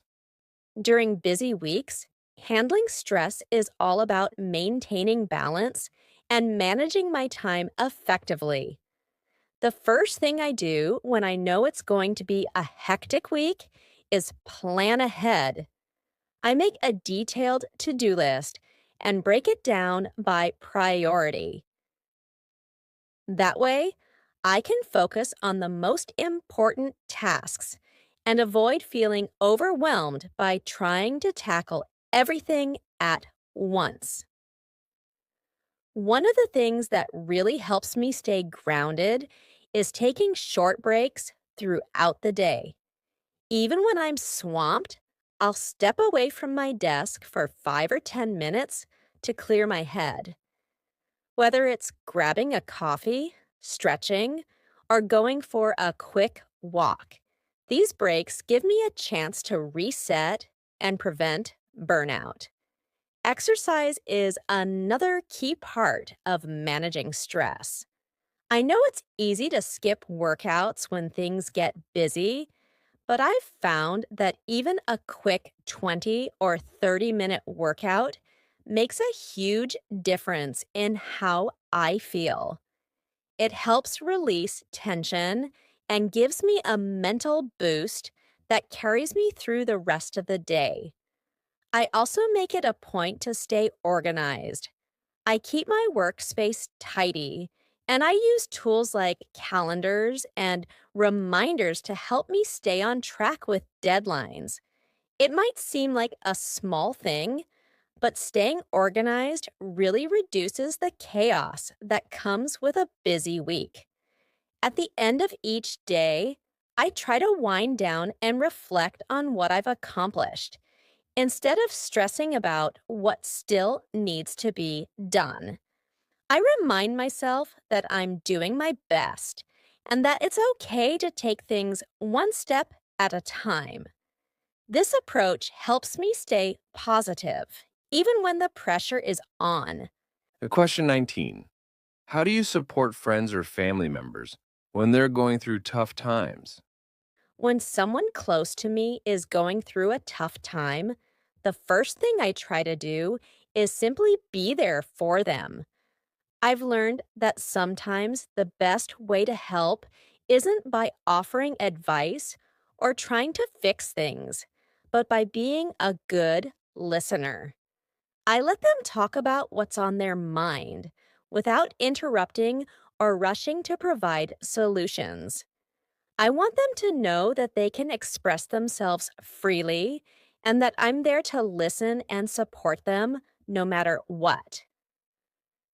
I also check in regularly.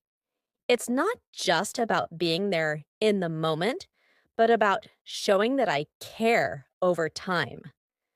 Whether it's a quick text to see how they're doing or a phone call to catch up, I try to stay connected and remind them that they don't have to go through it alone. If they need more practical support, I'm there for that too. Sometimes it's about helping out in small ways, like running an errand for them, cooking a meal, or just being present in their day to day life.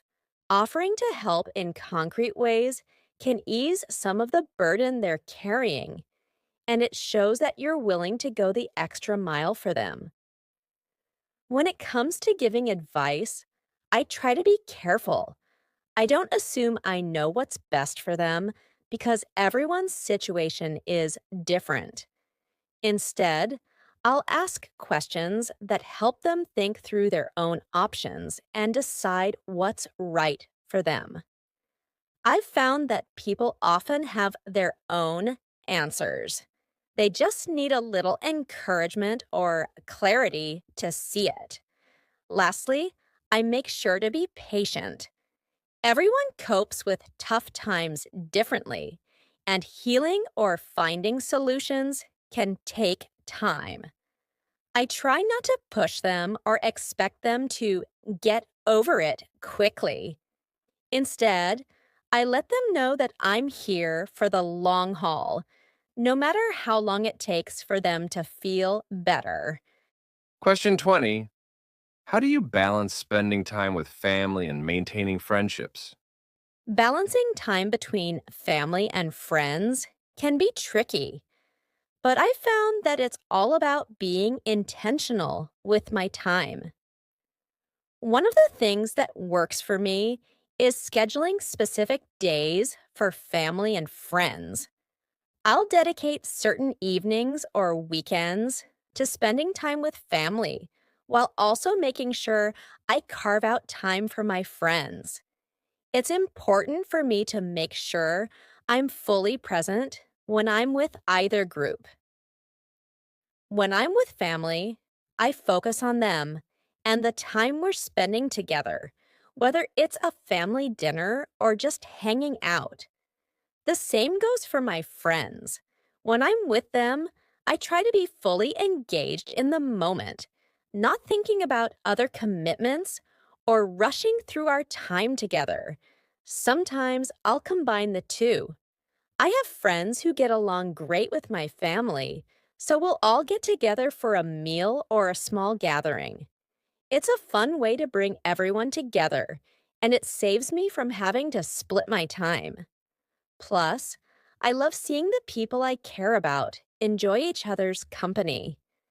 There are times when things get busy, and I have to prioritize one over the other. In those cases, I try to communicate openly with both my family and my friends. I'll let my friends know if I'm spending the weekend with family, and I'll tell my family if I've made plans with friends. It's all about finding a balance that works for everyone and being flexible when needed. At the end of the day, both my family and friends are important to me, and I try to nurture both relationships equally. It's not always easy, but by making time for the people I care about, I can maintain strong connections with both groups. Question 21. How do you keep up with your personal hobbies during a busy work or school schedule?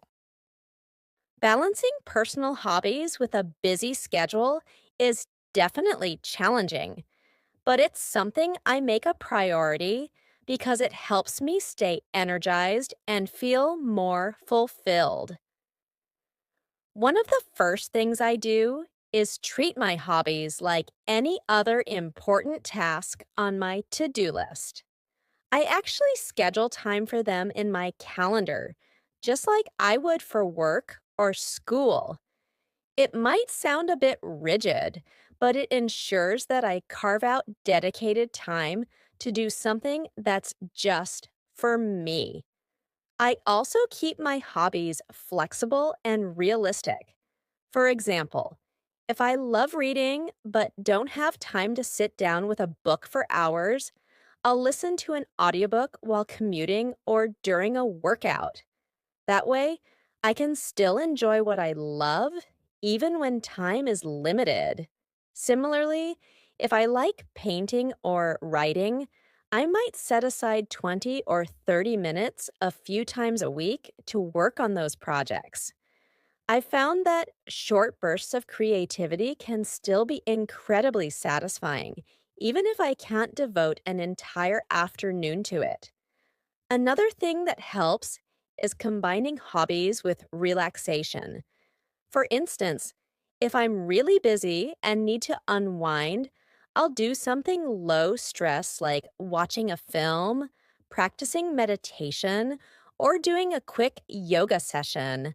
Something that not only aligns with my interests, but also helps me decompress. I think the key is to make sure your hobbies aren't adding extra pressure to your life. They should be something you enjoy, not another task on a long list.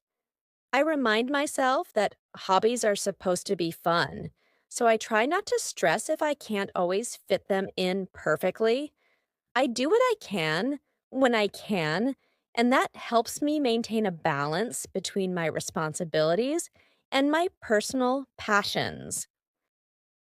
Question 22. What is the most memorable family holiday you've ever had? One of the most memorable family holidays I ever had was when we went on a road trip through the countryside. It wasn't a lavish vacation or a long trip abroad, but it was incredibly special because we all got to spend quality time together in a way we hadn't in years. The trip was completely unplanned. We just decided to pack up one weekend and hit the road, stopping wherever looked interesting. I remember the sense of adventure we all felt, from my parents to my siblings. We didn't have a fixed destination, which made every stop an exciting surprise. We drove through small towns, ate at roadside diners, and stayed in quaint little inns along the way. There were moments when we got lost or had to take unexpected detours, but those turned into some of the best parts of the trip. We'd end up discovering hidden gems, like a beautiful, quiet lake, where we spent a whole afternoon just relaxing and enjoying the scenery. What made this holiday so memorable wasn't just the places we visited, but the time we spent together as a family. Without the distractions of work or school, we could just focus on being present with each other. We had long conversations during the drives, laughed at silly things, and made inside jokes that we still reference today. It was the kind of trip where everything felt simple yet meaningful. Even now, when I think back to it, I don't necessarily remember every detail of the places we saw, but I vividly recall the sense of closeness and togetherness we felt. It was one of those rare moments when life slowed down and we were all able to truly enjoy each other's company. Question 23. How do you stay in touch with friends who live far away?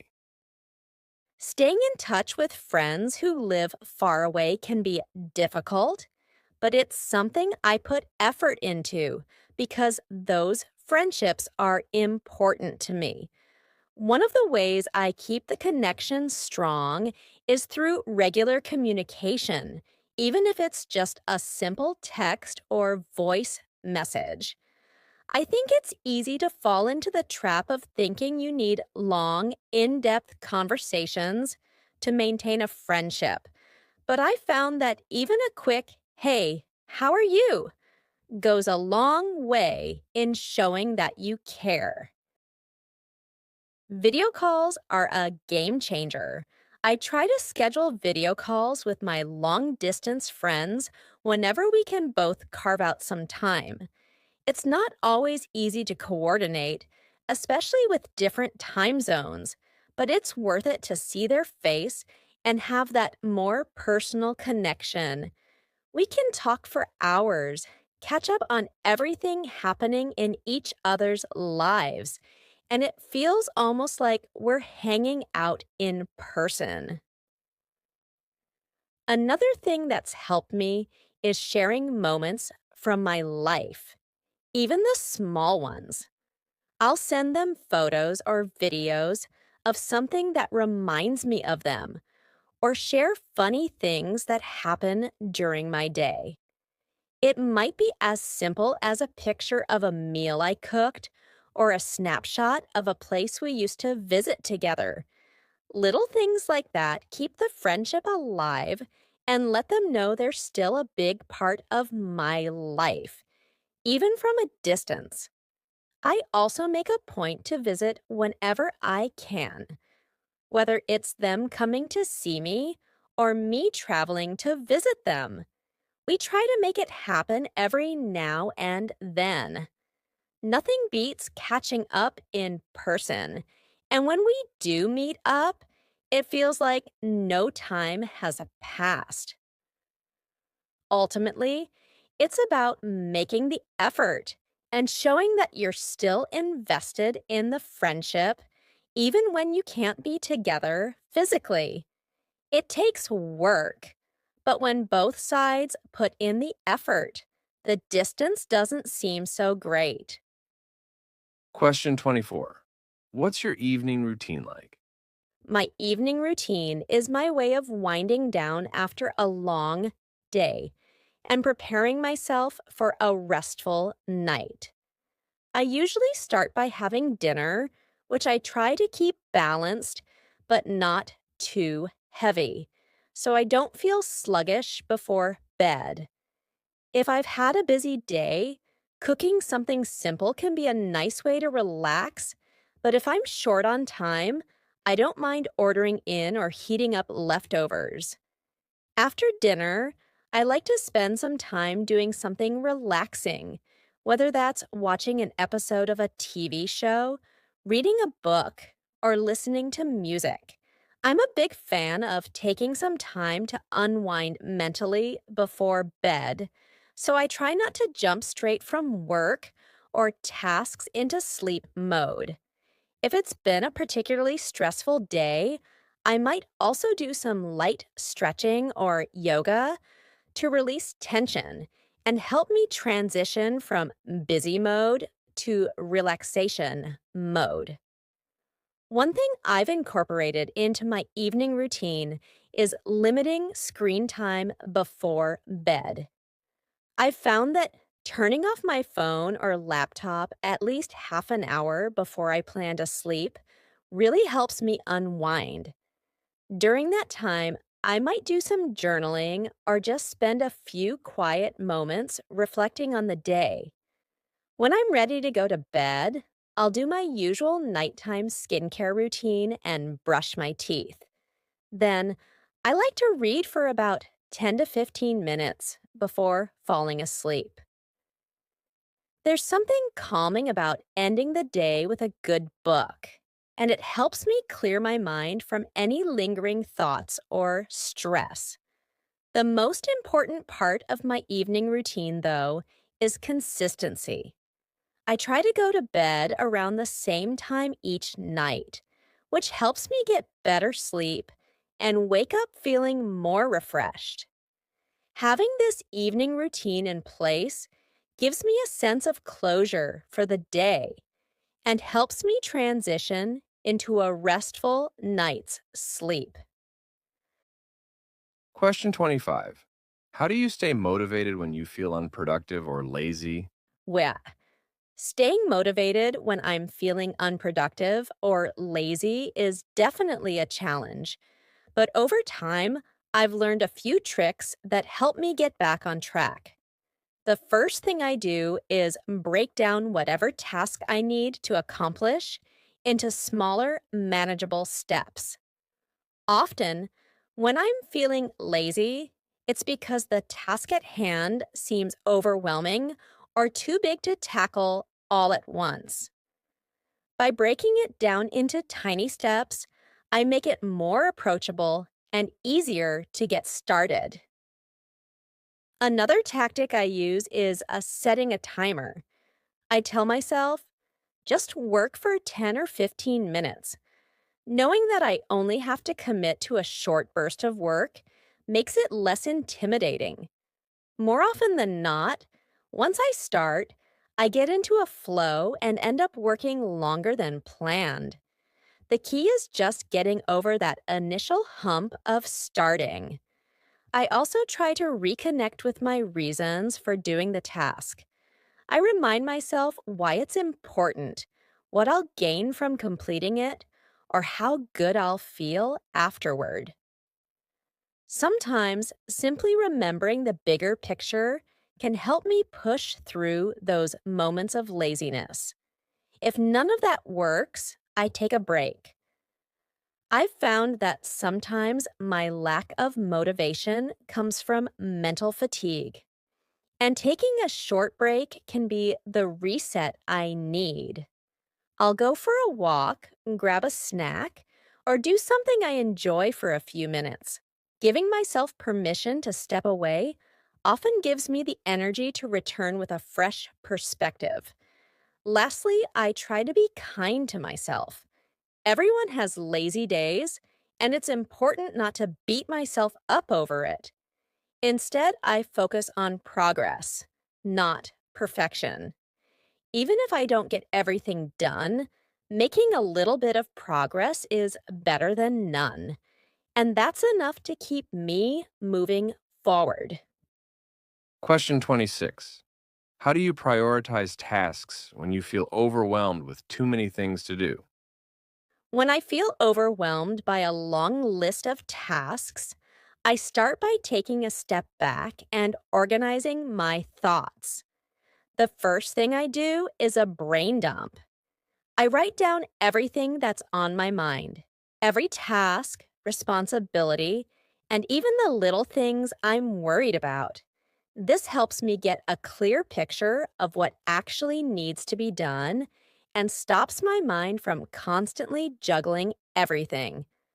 Once I have my list, I prioritize tasks based on importance and urgency. A simple method I use is the Eisenhower matrix, where I divide tasks into four categories: urgent and important, important but not urgent, urgent but not important, and neither urgent nor important.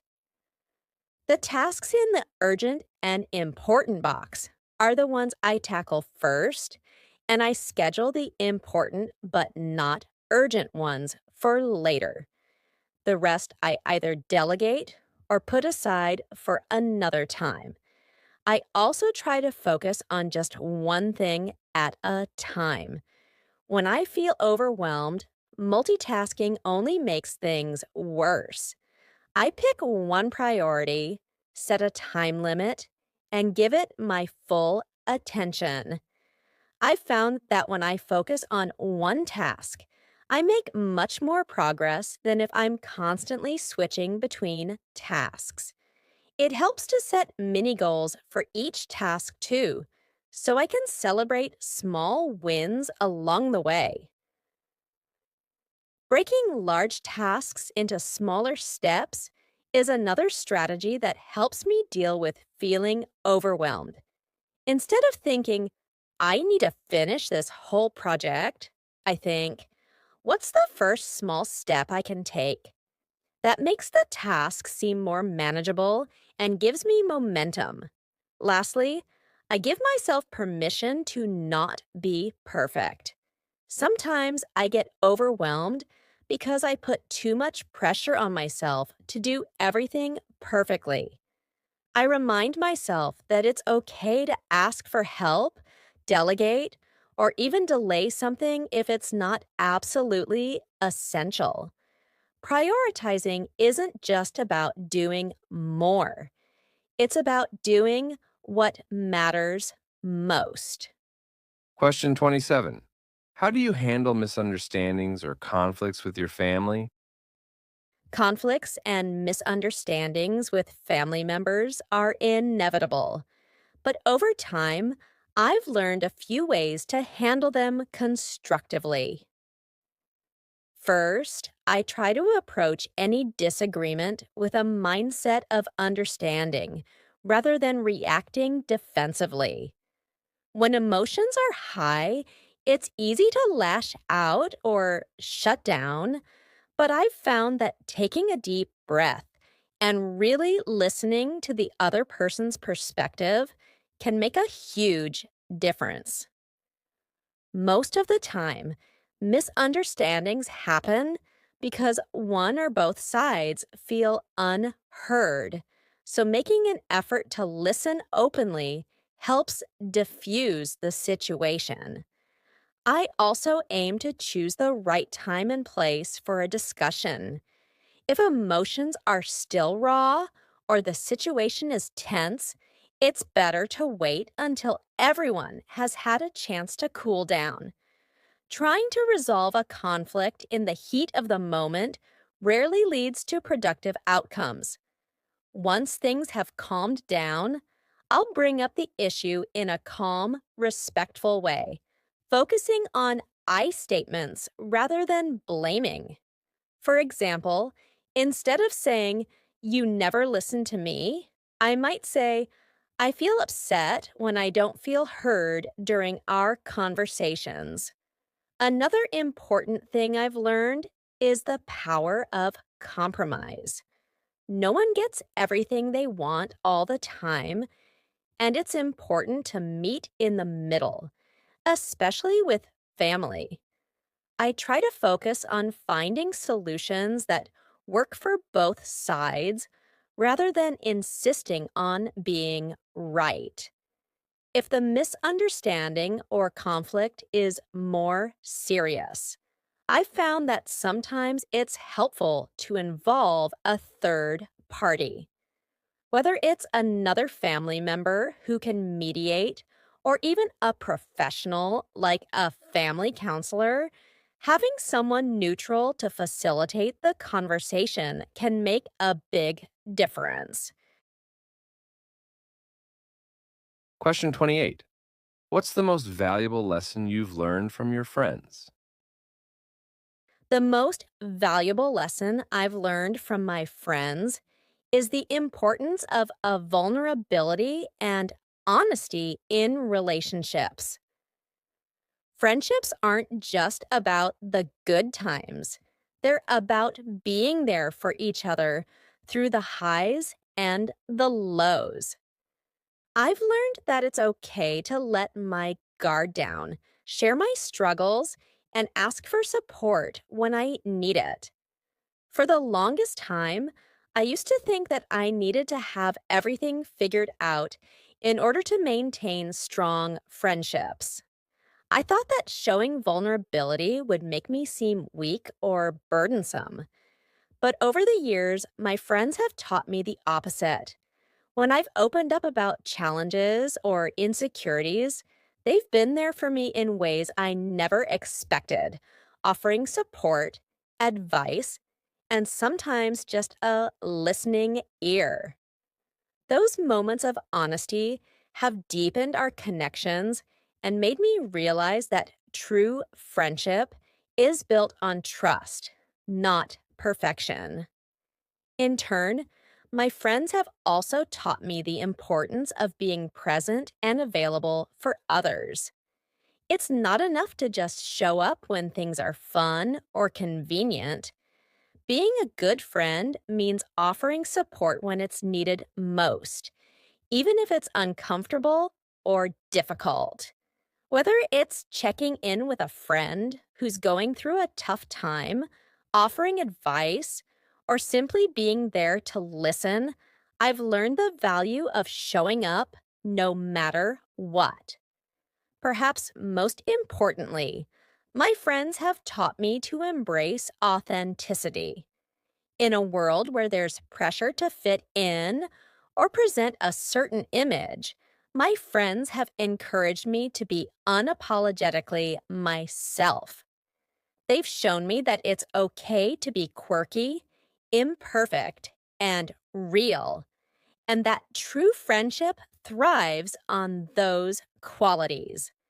It's a lesson I carry with me in every relationship I have. Question 29. How do you prepare for a big event or special occasion? Preparing for a big event or special occasion can be a mix of excitement and stress, but I've developed a routine that helps me stay organized and calm leading up to the day. First, I make a detailed plan. Whether it's a birthday party, a work presentation, or a family gathering, I'll write down everything I need to do in the days leading up to it. This includes everything from choosing an outfit to finalizing details like transportation or any tasks I need to complete before the event. Once I have my plan, I start preparing well in advance. If it's an event where I'm responsible for organizing something, I'll spread out the tasks over several days so I'm not rushing around at the last minute. This might include things like buying supplies, sending out invitations, or preparing food, depending on the occasion. For a work related event, I make sure I've done all the necessary research or rehearsed my presentation multiple times. One of the most important things I do is take time to focus on myself. Self care is crucial before a big event, especially if it's something where I'll be in the spotlight. The night before, I make sure to get a good night's sleep and eat something light and healthy.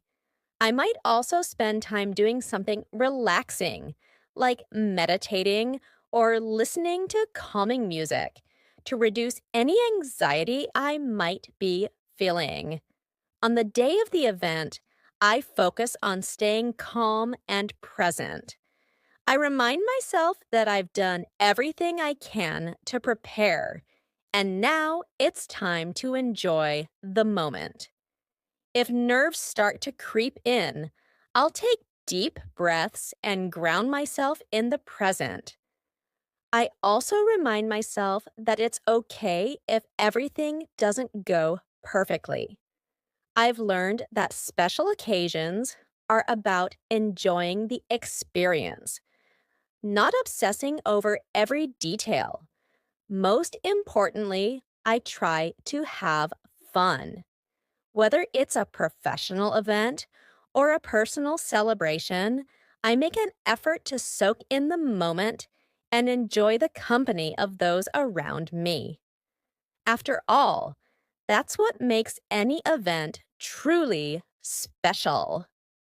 Question 30. How do you unwind after a stressful day? Unwinding after a stressful day is really important to me because it helps me reset and recharge for the next day. The first thing I do is physically leave the environment where I've been feeling stressed, whether that's my work desk or any busy space. I like to create a distinct separation between the stressful part of the day and the time I dedicate to relaxing. One of my go to ways to unwind is to change into comfortable clothes and have a meal that I really enjoy, preferably something light but satisfying. Comfort food, like pasta or soup, does the trick for me. After eating, I try to disconnect from any screens, especially work emails or social media, for at least an hour. This gives my mind a break and helps me focus on being present.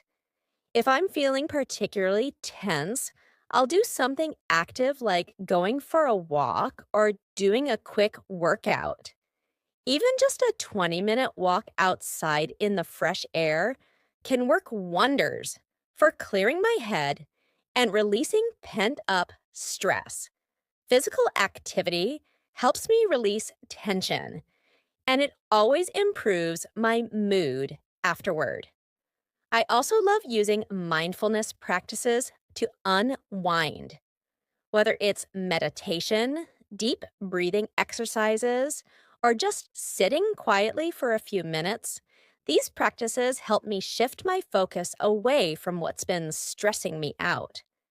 I've learned that sometimes stress comes from being stuck in a loop of worrying thoughts, and mindfulness breaks that cycle by grounding me in the present.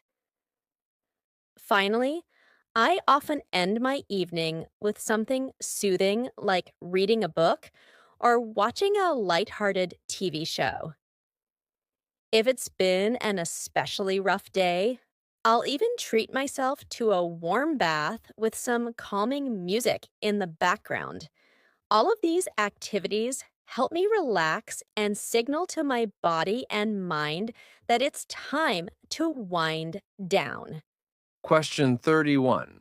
How do you handle days when everything seems to go wrong? On days when everything seems to go wrong, I've learned that the best approach is to accept the situation rather than fight it. I used to get really frustrated when one thing after another didn't go as planned. But now I remind myself that bad days happen to everyone, and they don't last forever. The first thing I do is take a break if possible. I step away from whatever is causing me stress and allow myself a few moments to breathe and reset. Even just taking a walk outside, grabbing a coffee, or practicing a few deep breaths can help me regain my composure and shift my perspective. If I can't take a break right away, I try to at least pause and take a few calming breaths before tackling the next challenge. After I've had a moment to clear my head, I try to tackle one small thing that's within my control. When everything is going wrong, it can feel like the entire day is a disaster. But focusing on just one manageable task helps me regain a sense of control. It could be something as simple as tidying up my space, replying to an email, or completing a small errand. Accomplishing something, even something minor, gives me a small win and boosts my mood. I also try to reframe the situation by reminding myself that these bad moments are temporary. I tell myself, this is just one bad day. Tomorrow will be better. It's important not to let a bad day make me feel like everything in life is going wrong. I look at the day as a series of unfortunate events, not as a reflection of who I am or my abilities. If the day continues to spiral, I turn to self compassion. I try not to beat myself up for things that went wrong, especially if they were beyond my control. I allow myself to feel upset or frustrated, but I also remind myself to be kind. I'll even do something nice for myself at the end of the day, like watching a favorite show, treating myself to a snack I love, or talking to a friend for some perspective. It's amazing how a little self kindness can help turn things around. Question 32. What's your favorite part of your evening routine? My favorite part of my evening routine is the moment when I finally get to wind down and relax. After a long day, I really enjoy the peaceful time where I can focus on myself without any distractions. I love setting the mood for relaxation, starting with dimming the lights and maybe lighting a candle or two. It instantly makes the space feel cozier and more serene.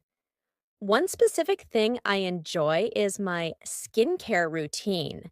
It's not something I used to pay much attention to, but now it's become a calming ritual. I love the feeling of washing off the day's stress, massaging in a nice moisturizer, and just taking a few minutes to care for myself. It's a small act of self care, but it feels like a real treat at the end of the day. Another part of my evening that I look forward to is reading.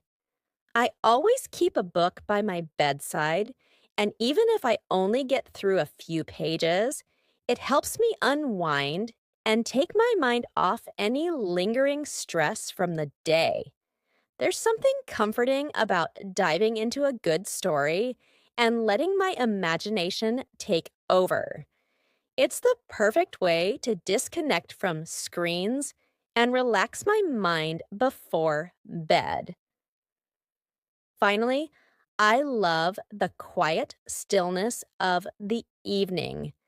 When everything is calm and the day is winding down, it's the perfect time to reflect on what went well and what I'm grateful for. Sometimes I'll journal for a few minutes, jotting down thoughts or ideas that came up during the day, or even things I want to focus on tomorrow. It's a moment of peace that helps me center myself and go to bed feeling calm and content. Question 33. How do you maintain a work life balance? Maintaining a work life balance can be challenging, but I've learned a few key strategies that help me keep things in check.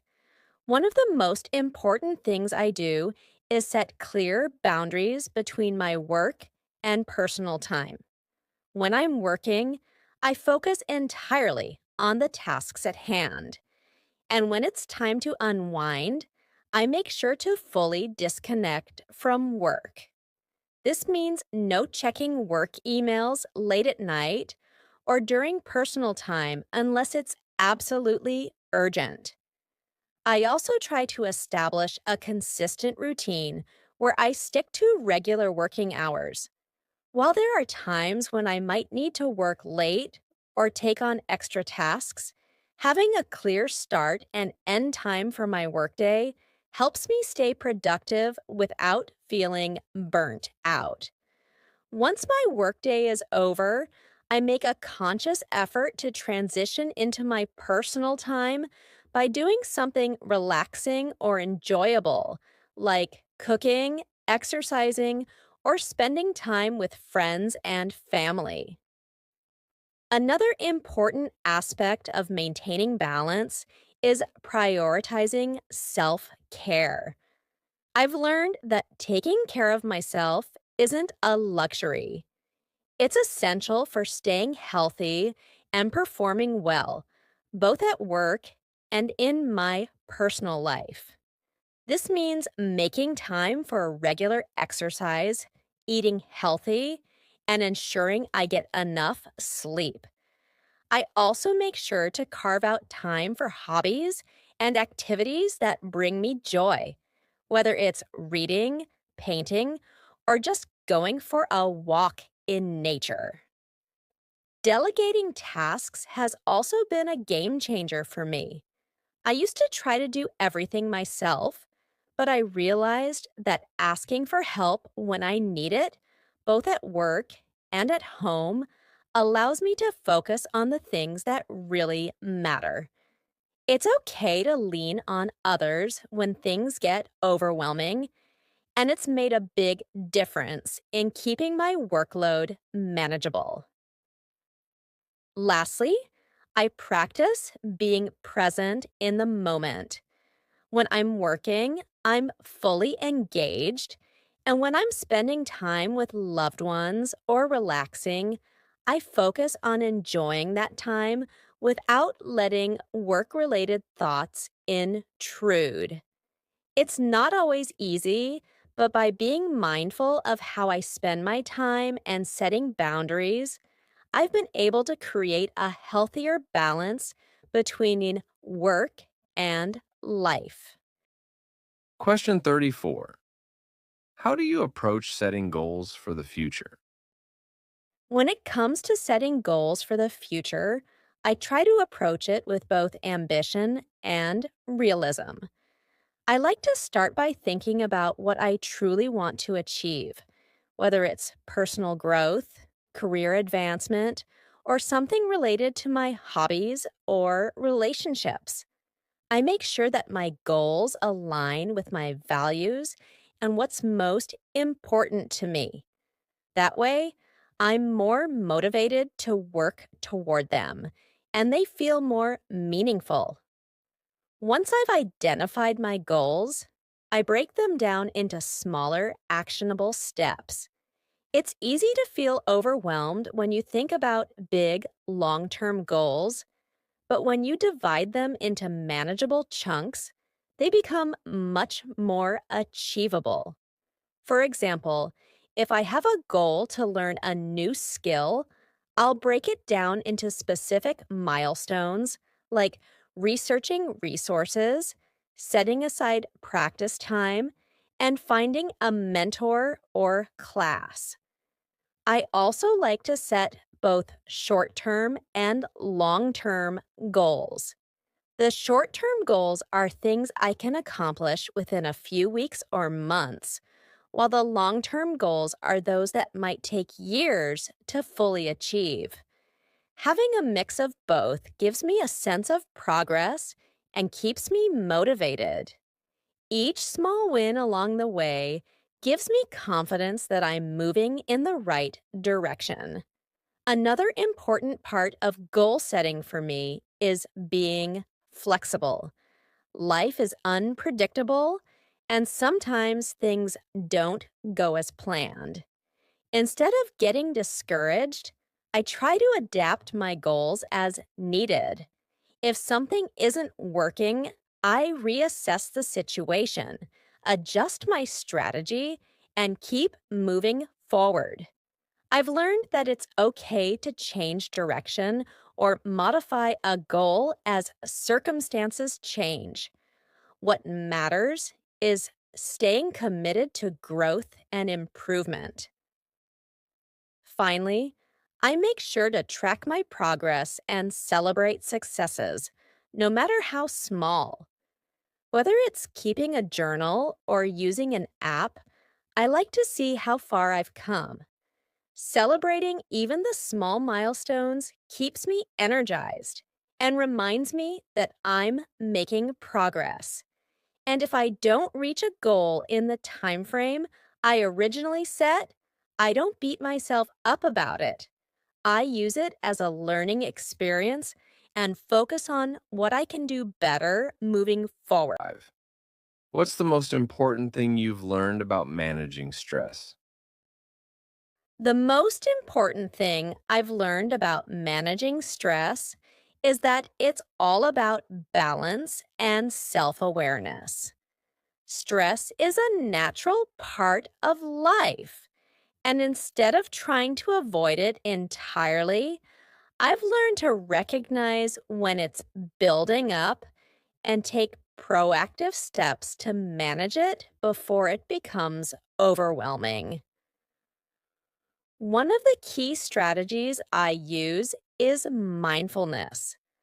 I try to stay present in the moment and not get too caught up in worrying about the future or ruminating on the past. When I feel stress creeping in, I take a few minutes to focus on my breathing, clear my mind, and ground myself in the present. It's a simple but effective way to stop stress from spiraling out of control. Another thing that's been incredibly helpful is making time for regular physical activity. Exercise is one of the best ways to release built up tension and stress, and I make it a priority to move my body, whether it's through yoga, a walk, or a workout. It not only helps me clear my mind, but it also boosts my mood and gives me more energy to tackle whatever is causing the stress in the first place. I've also learned the importance of setting realistic expectations for myself. In the past, I would take on too much at once and set impossibly high standards, which only added to my stress levels. Now, I'm more mindful of what I can realistically handle, and I'm not afraid to say no when I need to. I've realized that it's okay to prioritize my mental health over constantly trying to meet everyone else's expectations. Finally, I've learned that reaching out for support is key. Whether it's talking to a friend, a family member, or even a therapist, sharing what I'm going through helps lighten the load. Stress can feel isolating, but opening up to others reminds me that I don't have to deal with it alone. Question 36. How do you deal with procrastination, especially on tasks that feel overwhelming? Dealing with procrastination is something I've had to work on over time, especially when facing tasks that seem overwhelming. The first thing I've learned is that the feeling of being overwhelmed often comes from seeing the task as one massive, intimidating thing. To counter that, I break the task down into smaller, manageable pieces. Instead of thinking, I have this huge project to do, I focus on the very first step. Maybe it's just creating an outline or doing 10 minutes of research. Once I've broken it down, I feel less intimidated and more capable of starting. I also set a timer for myself, especially when I'm struggling to get started. I'll tell myself, I'll work on this for just 15 minutes.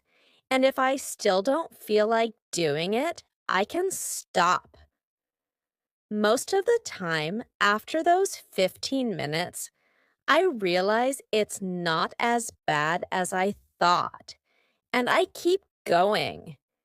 It's like tricking my brain into thinking the task is easier to begin, and momentum builds from there.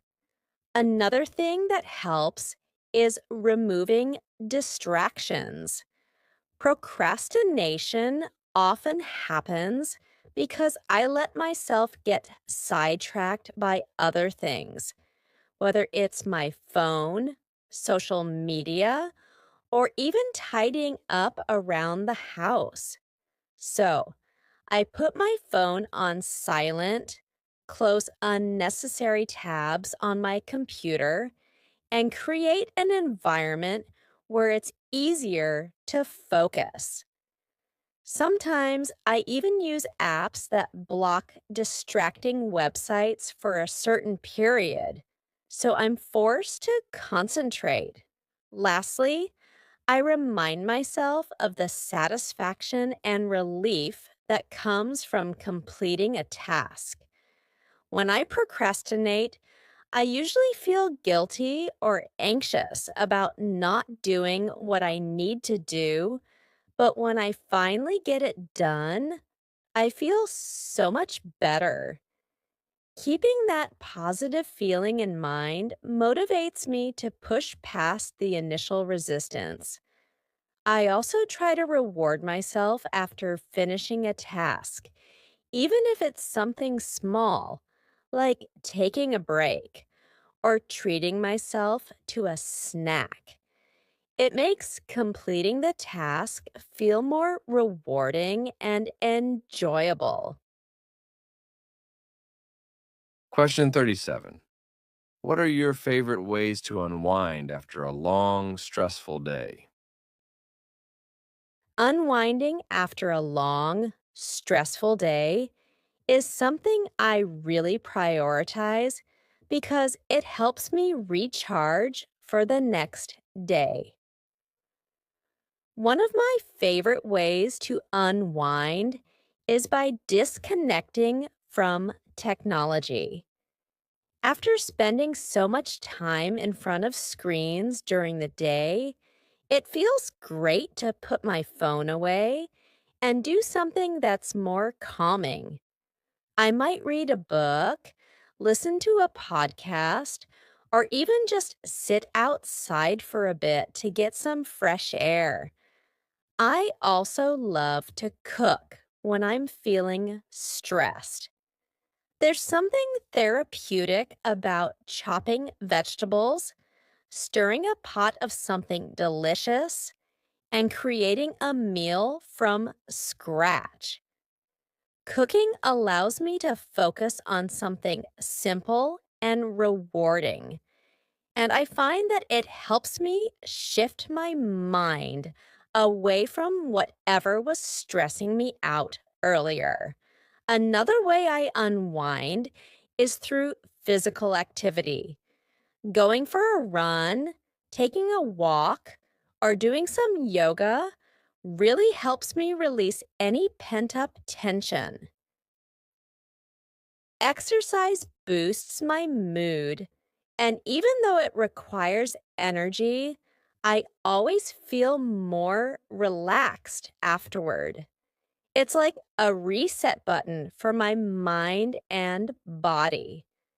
When I want something more low key, I'll do something creative, like drawing, painting, or writing. Even if it's just doodling or writing in a journal, expressing myself creatively helps me process my thoughts and feelings. Plus, it's fun. Engaging in hobbies that bring me joy is a great way to unwind because it feels like I'm doing something just for me without any pressure or expectations. Finally, I love to unwind by taking a hot bath or shower. It's such a simple thing, but the warmth and relaxation of a bath really help me de stress. I might add some essential oils or bath salts and just let the heat soothe my muscles. Question 38. What's your ideal way to spend a weekend?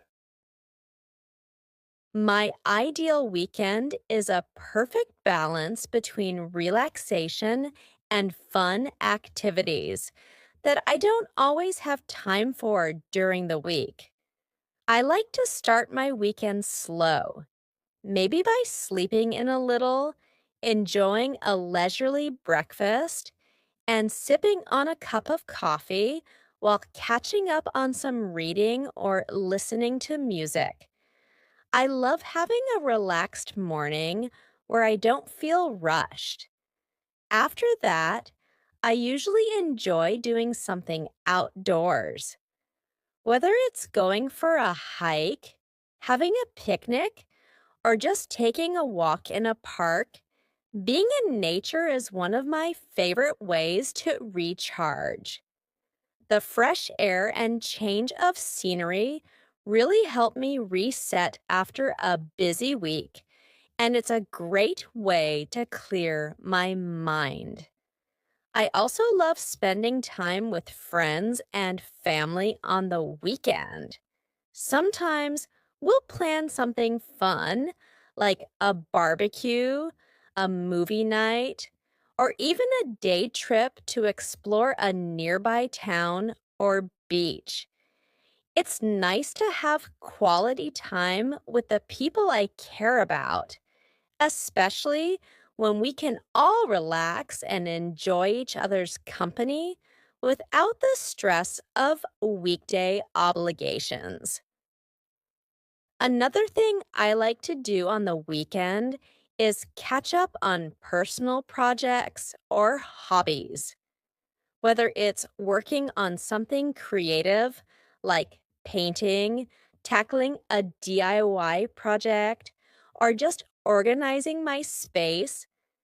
I enjoy the sense of accomplishment that comes from doing something productive, but at my own pace. In the evenings, I like to wind down by cooking a nice dinner. Sometimes something more elaborate than what I have time for during the week. And I love to end the day by watching a movie or binging a series, just relaxing on the couch and enjoying some downtime. My ideal weekend isn't about doing a ton of activities. It's more about enjoying a mix of relaxation, fun, and quality time with the people I love. Question 39. What's something new you've learned recently? Recently, I've been learning how to play the guitar, and it's been such a rewarding experience. I've always loved music, but I never really thought I'd be able to play an instrument myself. One day, I decided to just go for it, and I started taking online lessons. It's been a slow process, but I'm already seeing progress, and it's exciting to see myself getting better with practice. At first, it was really challenging. My fingers weren't used to holding down the strings, and my strumming felt awkward. But I kept at it, practicing for just 10 to 15 minutes a day. And over time, things started to click. I can now play a few simple chords, and I've even learned how to play one of my favorite songs. It's such a great feeling to finally be able to make music, even if it's just basic stuff for now. Learning guitar has also taught me the value of patience and persistence. There were times when I felt frustrated because I wasn't improving as fast as I wanted, but I reminded myself that learning anything new takes time. It's been a humbling experience, but also a reminder that small, consistent effort can lead to big results over time.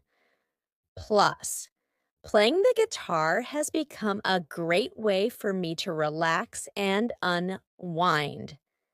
Whenever I'm feeling stressed, I just pick up the guitar and strum a few chords.